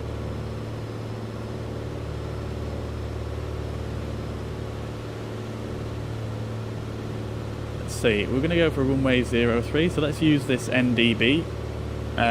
Platform altitude for it is 2,300 feet, but we're going to come in over Donegal at 3,600 feet. So we will actually know we're hitting Donegal by when we hit 117 nautical miles. That's this purple leg here. So when we get to Donegal, we'll be 117 nautical miles on our DME.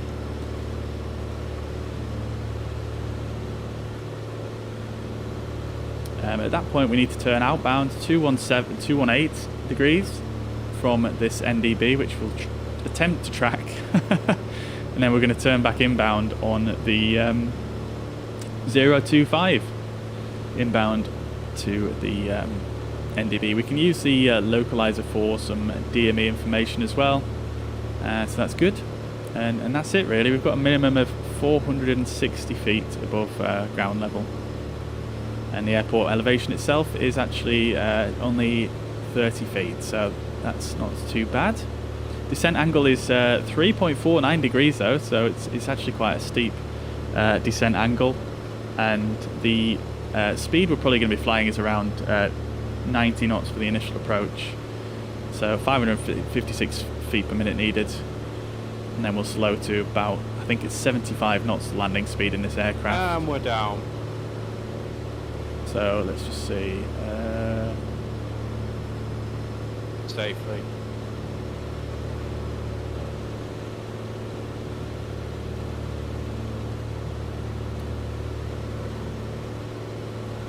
Final approach, yeah, 75 knots. Okay, cool. Let's get tuned in then to what we need for this approach. Take it easy, Razor. Thanks for dropping by, mate. I'll catch you soon.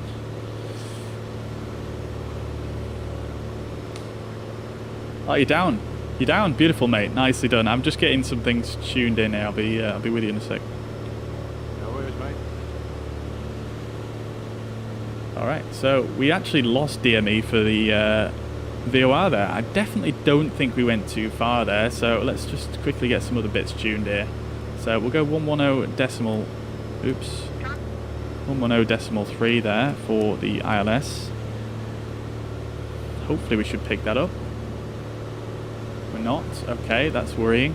We want 361 for the NDB. So 361. Let's see if that's identified. It is, and it's in front of us, just to the left. So we've actually gone slightly off course there, I think. Because obviously we lost that. We lost the DME for the VOR. The VOR shouldn't have lost signal that early, to be honest. But nevertheless, we'll basically just fly inbound to the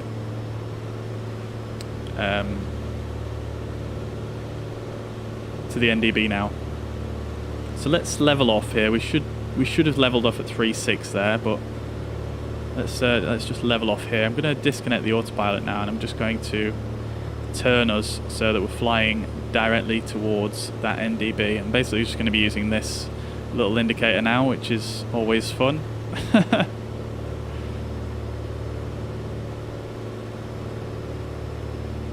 I'm going to keep in cruise power just for now. We'll get actually the mixture rich though. Oh, there we go, we've got ground contact. Beautiful. Let's make sure we're following the right track though.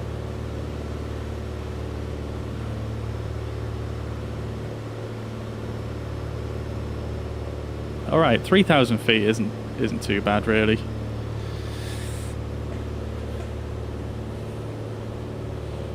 So we should, at some point very soon, we should pick up that ILS DME as well. 110.3.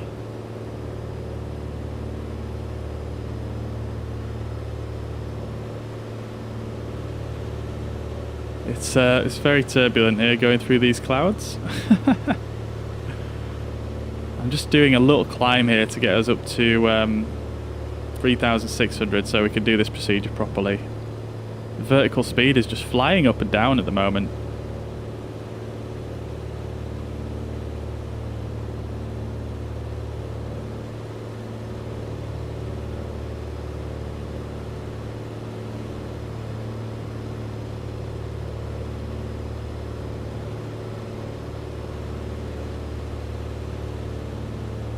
Yeah, maybe they didn't fix that trim issue, I'm not sure.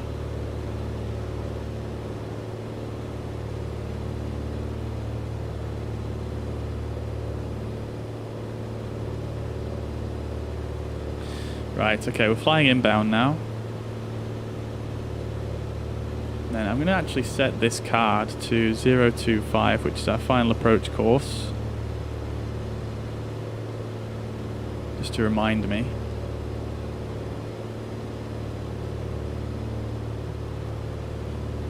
Okay, please, vertical speed. Stabilize. Holy.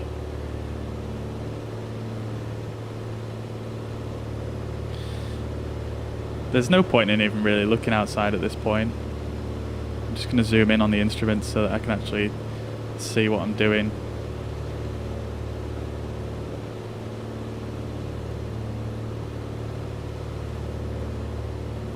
Let's tilt to the left as well, to the right, so we can see whether we pick up that ILS.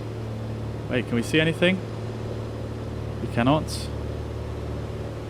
Okay. Well, at least we've got the NDB anyway, so that's fine.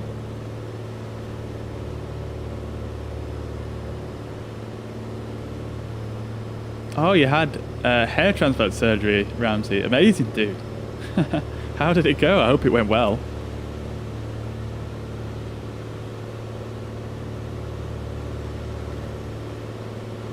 Oh, can we see anything? Can we see anything? I can see the coastline, which is good. That means we're very close to the airport.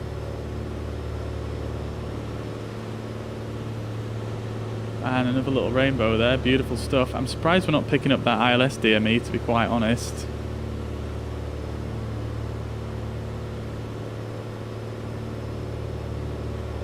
I mean, if we don't pick it up, I suppose it's not the end of the world, but it's just another thing we can use to confirm our position. I'm going to set this heading just to, again, to remind me, to 218. Just to remind me that outbound course.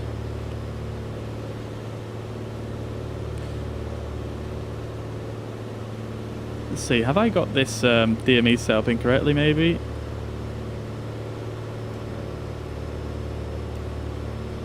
No? What's this? Does this?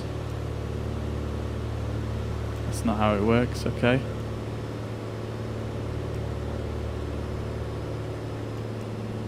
Okay, never mind. Let's carry on. Oh, okay.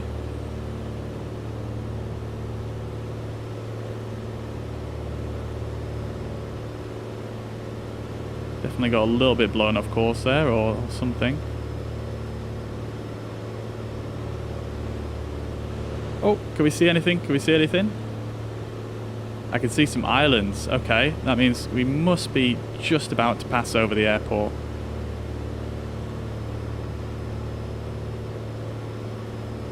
I think because of the fact the ADF beacon's now swinging round, that's probably a good sign that it's we're passing directly overhead. So let's take a left turn out then to 025.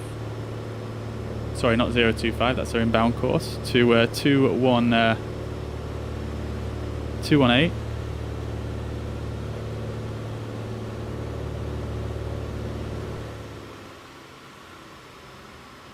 Uh-oh. Oh no, I forgot to switch fuel tanks. Oh, it's a problem. Let's get the fuel pump on. Right tank. Oh my god. Oh my god, did you guys just hear that?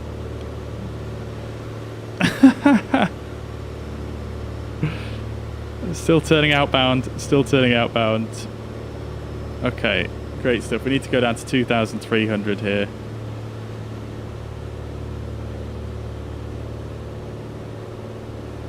Okay, cool. The localizer's just picked up there, but it's disappeared again. Never mind.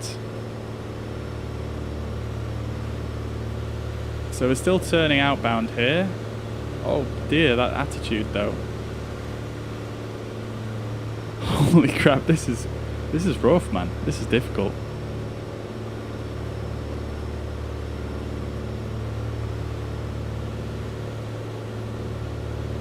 I'm surprised we haven't got that ILS DME.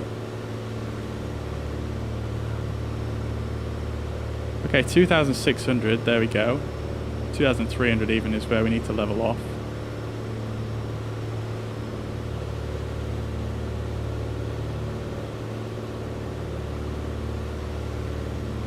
Yeah, that DME is not, I don't think it's working correctly. I can't really tell, to be quite honest. Let's see if we can get a visual. We can't get a visual.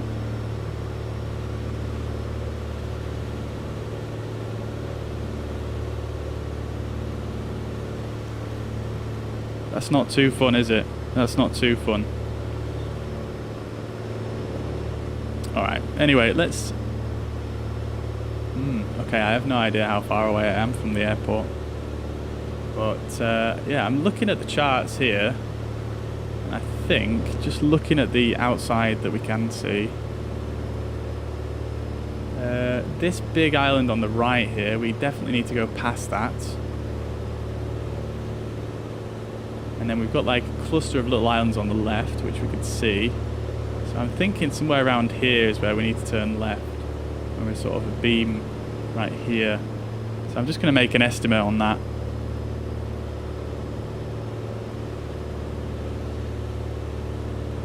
We're definitely a bit lower than we need to be as well, actually. Getting bumped about all over the place here.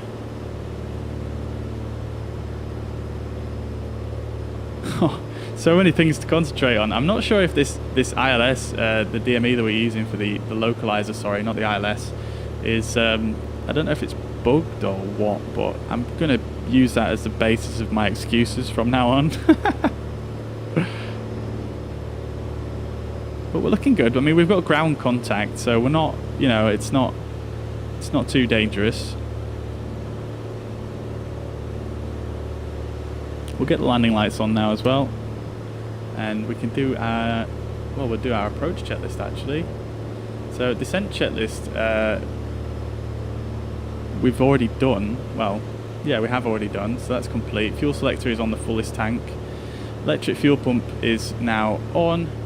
The seats and harnesses are adjusted and secured. Avionics and autopilot is checked and set. Altimeter is set. ATIS is obtained.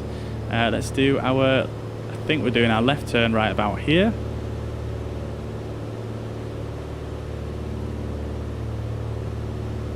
So I'm just going to go for that standard rate turn here, and we don't really need to descend too much in this turn, so I'm going to try and keep the altitude more or less.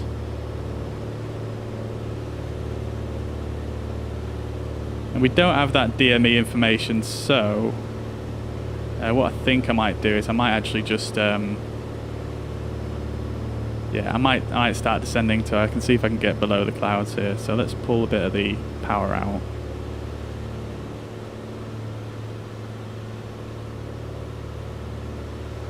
We definitely need to slow down as well, don't we? So inbound course is 025. So we're coming in, so we're facing straight towards the airport now. So we're facing about 050, so we're actually a little bit to the left of the airport, I believe. So we might have to make a slight correction as we come down below these clouds. Let's pull a little bit lower on power. Don't want to descend too quickly here. I'm going to get propped to full fine.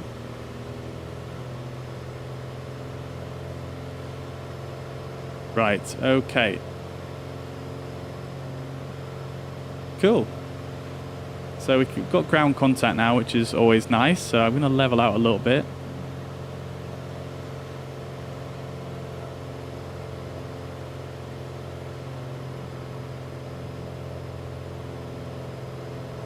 I'm actually just going to fly a little bit off course here for a second, so hopefully I can get a little bit more aligned with the actual runway itself. So we'll go to flaps 1.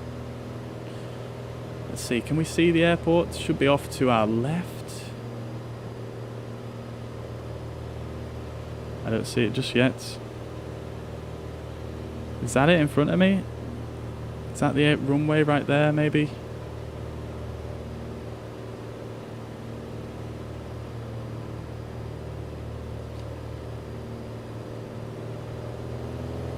Definitely getting way too low here. This is gone a little bit pear-shaped, this, I think.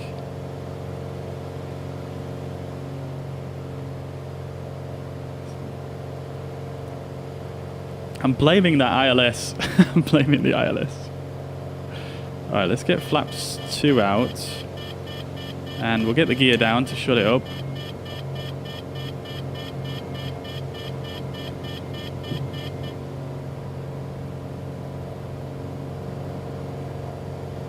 We'll keep the speed up.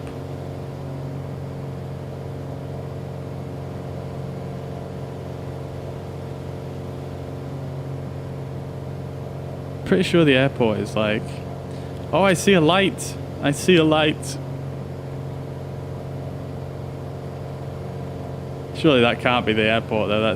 That seems a lot further away than what I was expecting. Let's see. Let's see. We might have to if we come into the airport and it's not where we expect it to be, what we're going to do is we'll just go around and we'll try come in down on the ILS.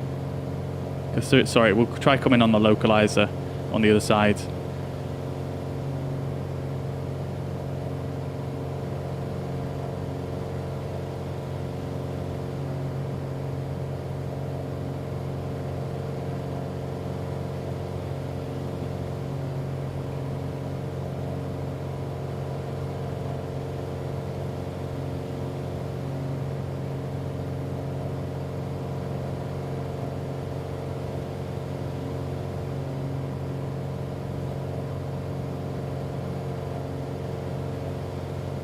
Oh, I think the runway might be... Oh, it's there. It's there. I see it. It's there. It's off to our right. I thought it was going to be off to our left. Okay, that's fine. No worries. Hopefully we don't lose it now. There she is. There she is. We're just a little bit high as well, so that's actually quite good. Flew that a little bit better than I thought I was going to do there.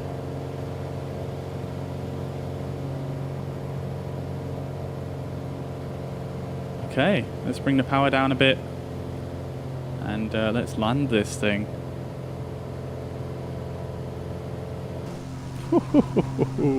That was fun.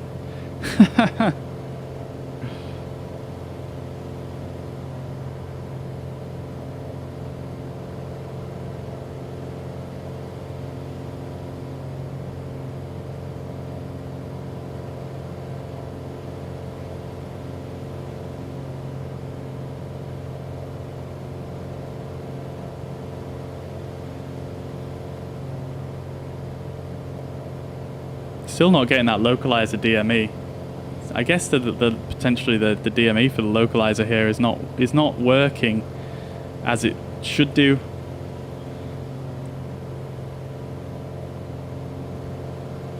Alright, here we are. We've got 4 whites, but shouldn't be too much of an issue. We're just going to pull the power a bit.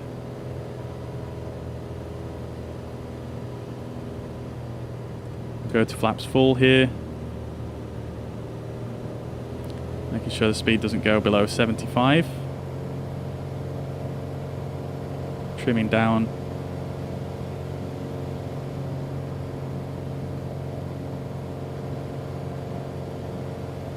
Feel like we do. Oh, getting jostled about a bit here.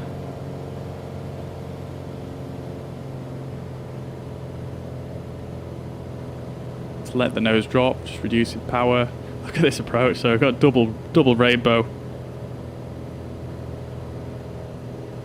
Definitely got a bit of a crosswind from that right hand side.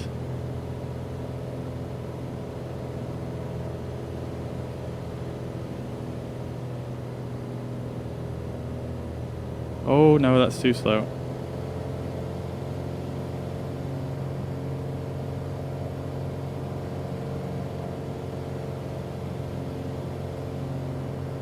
There we go. A little bit high here, but it's not too much of an issue. There we go. Whoa, we're waving about all over the place.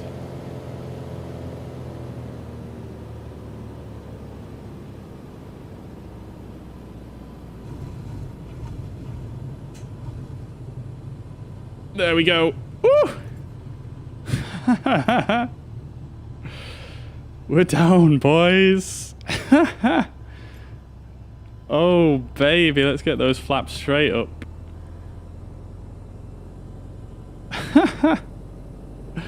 Ah, yes, brilliant. Love it. 39 feet per minute. Oh, come on now. That's what you want. That's what you want.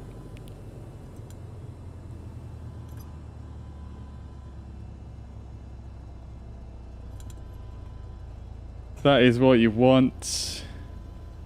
Beautiful. We made it. Are you down? Yeah. I'm just zooming round in the helicopter. Oh, right. I thought I saw a light. I wondered if that was you. Yeah, mate, I was fumbling around for ages there. The for the NDB approach, you're supposed to use the... I don't know if you did the NDB or not, but you're supposed to use the localizer DME for it. And right, yeah. it didn't work for me for whatever reason. On the 03 side. Oh shit, oh shit. Oh shit, I'm dead. Oh no. Oh no. But yeah, it didn't work for me, and it completely threw me, so we were fumbling about for a bit, but we managed to find the runway in the end. Yeah. Such low visibility here. Actually, I actually forgot to change my fuel tank as well while I was trying to get all the navaids tuned. Yeah. And the engine just quit. I ran out of fuel in that one tank. Oh no. But yeah, what I did is I went round because I had low visibility till I got very close to the airport. So what I did is I went round. I tried to get the localizer, but I couldn't get it. So then I just went visual from there and just come down across the water and just spun round. Fair enough. And came in that way. But yeah, I picked up the localizer, but then once I pressed the localizer, it just sort of started going off course. So I'm not sure that was the only problem I had though. VNAV seemed to work alright. It sort of stopped halfway, but then I just used V-speed after that. Fair enough. Good stuff. Well, I'm glad it worked somewhat, at least. Yeah, it works for the most part. Yeah, it seems pretty like it's working pretty well. Like so. Nice. Right, I have got to shoot off, mate, because I've got to go pick my missus up from work. So. Sound, yeah. I will probably catch you later on, mate. See Yeah, you it about. sounds good, mate. Yeah, yeah. I'll catch you later on. No worries, dude. Catch you All right, soon. see you in a bit, mate.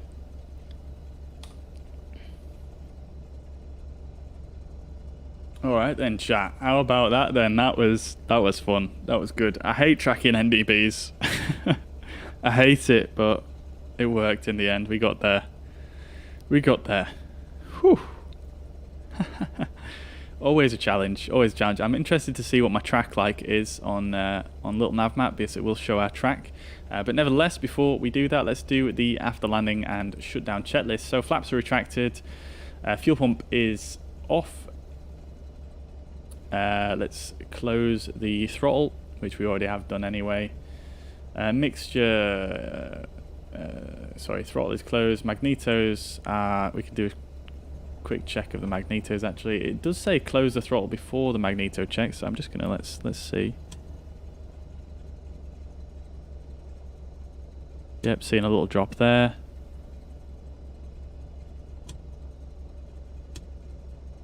Seeing a little drop there. Okay, that's fine. Mixture to cut off. Magneto's off. Alternator switch off. And battery master off. Beautiful stuff. There we go. 1 hour and 16. Not too bad. Not too bad. I am going to turn the beacon light off as well. We don't need to leave that one on. The pitot heat can come off as well. It looks like there are a few things missing off this checklist, so I might just try and find a different one, but nevertheless, it's not bad. Let's just roll that back. I'm going to leave that one click up, actually. Why not? There we go. Okay, I'm going to stick that back into heading as well. So this aircraft does have what's called state saving as well. So what it does is it actually saves the position that all these switches are in here. So that's why I'm just customizing it a little bit there, and it would help if state saving was actually turned on as well. Transponder can also come off now as well. It'll turn the radios off as well.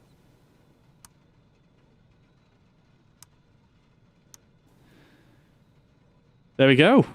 Brilliant. That was great fun. I'm getting a bit of a funny FPS in this area, but not sure if it's to do with the weather or what. But yeah, that was fun, guys. That was so much fun. Let's just have a quick look on dev mode and just see what the situation is with the FPS. 4 gigabytes of RAM. It's not actually too bad. It's just when I look around that, yeah, okay, fair enough. All right, let's have a look then at little Nav Map, guys.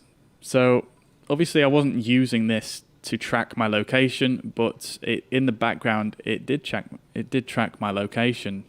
So let's have a quick look and see how that looked. So if I bring up my aircraft position, obviously we're here at Donegal. We did make it in the end. Let's see. So the track should look like, it should basically look like this. So we should have a right turn out of here, straight up towards the VOR, and then it should go from the VOR, obviously, direct to Donegal from there. Obviously, we didn't track that perfectly, so I'm expecting a bit of a wiggly line here, but eventually we just tracked it using the autopilot, so that's fine. And then what I'm expecting when we get to here, I don't know what I'm expecting exactly, to be honest. I think I'm expecting it probably to veer off a little bit to the... I think we veered off to the right, didn't we? Because the wind is actually coming from the southeast here. So, actually, no, it's not, is it? Because it's coming from like over here, isn't it? So, yeah, maybe we got sort of blown off to the left a little bit, and then we corrected around.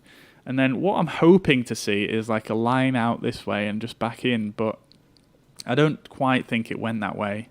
And I think, looking at the map now, I think what we did was, if I bring up my little pen tool, if I can find it, bear with me.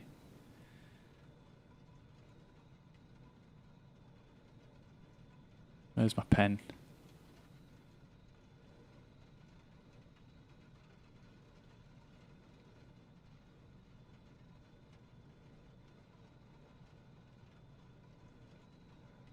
There we go. Yeah, so what I'm expecting to see is something, well, what I'm hoping to see is that basically. but we're probably not going to see that. And looking at, you know, we were using a few ground markers, weren't we, to try and work out where we were. So my guess is we either went like this,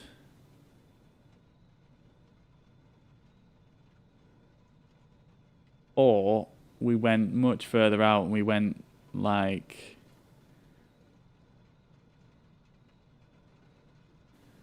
this, something like I'll draw it in a different color, something like maybe like that. I may be totally wrong, but let's see. So if I press escape, it's going to get rid of them, but we can't really do anything about that. Let's turn on the path. Oh, there we go. Yeah, so it was more like what on my second guess. Fair enough. Okay. So I think, yeah, what happened is, let's see. So yeah, that track's more or less bang on, and yeah, a little bit of waviness here, but actually not as much as I thought. But then if we go back up to here, this is, you can see here, this is where we lost the VOR, which is way earlier than what it should do. So if you see here, if I right click on this VOR, doubling VOR, and I click add a range ring, so you can see that big circle that's drawn there, that's the range of that VOR. So that VOR should have given us guidance all the way out here. So that actually definitely didn't help us at all, which is a bit annoying. But nevertheless, we picked up the NDB at this point, and our track was actually not bad in towards the airport there. And as we went over the VOR, as we went over the NDB, so we recognized that correctly, and we started flying outbound. And it looks like we were on the right track, but we just flew too far because we didn't have any idea of our distance from the airport, thanks to the fact that the localizer DME didn't work either. Obviously, we tried to use visual clues, and I'm thinking what I did is I mistook this big island and this cluster of islands here. I mistook this one and this one for, because on the charts I was looking at this. I was looking at this big island and this cluster of islands here for the turn. So the turn should have been more like that, the actual approach. And I was looking for this little island opposite this one. And what I did instead was I actually thought this was this and this was this. Hence why you can see that path there.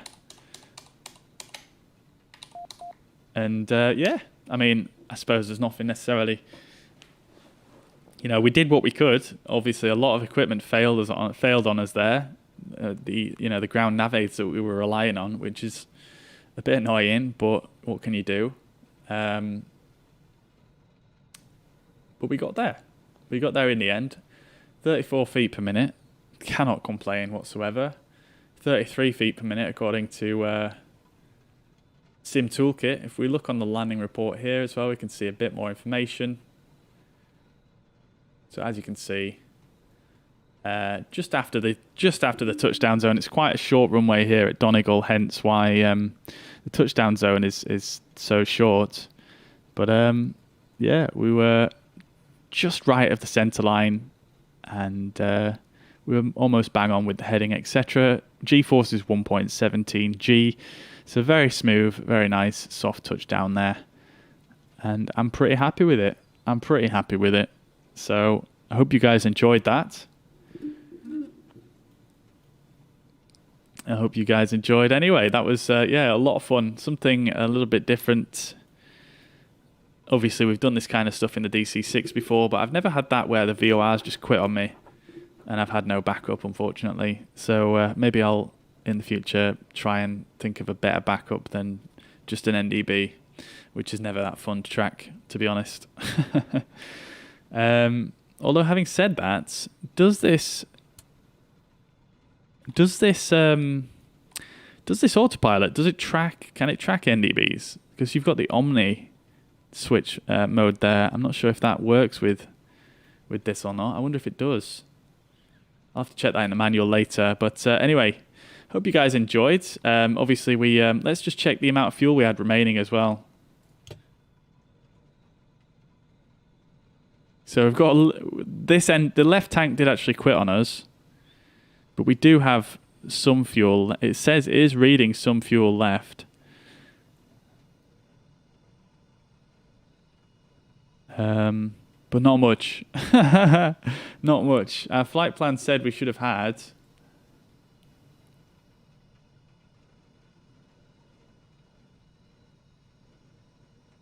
16 kilos.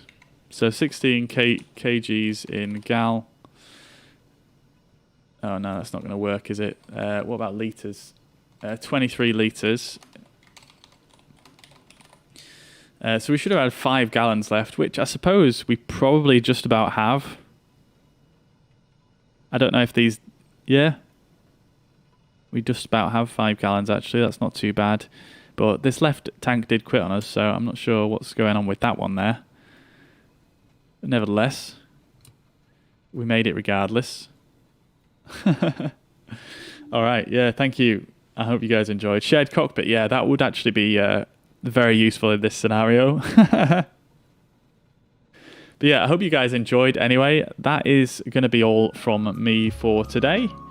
I'll be back again on Sunday. I hope you guys have a fantastic Friday night and a great Saturday. And yeah, take it easy, everybody. Thank you very much for tuning in. I'll catch you in the next one. Bye for now.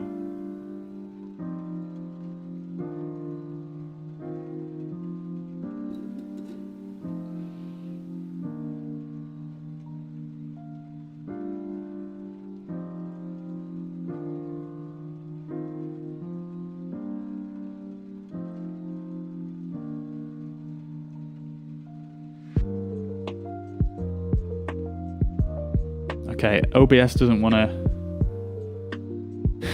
to play my ending screen. There we go. Awesome. All right, take it easy. I'll catch you all again soon. Bye-bye for now.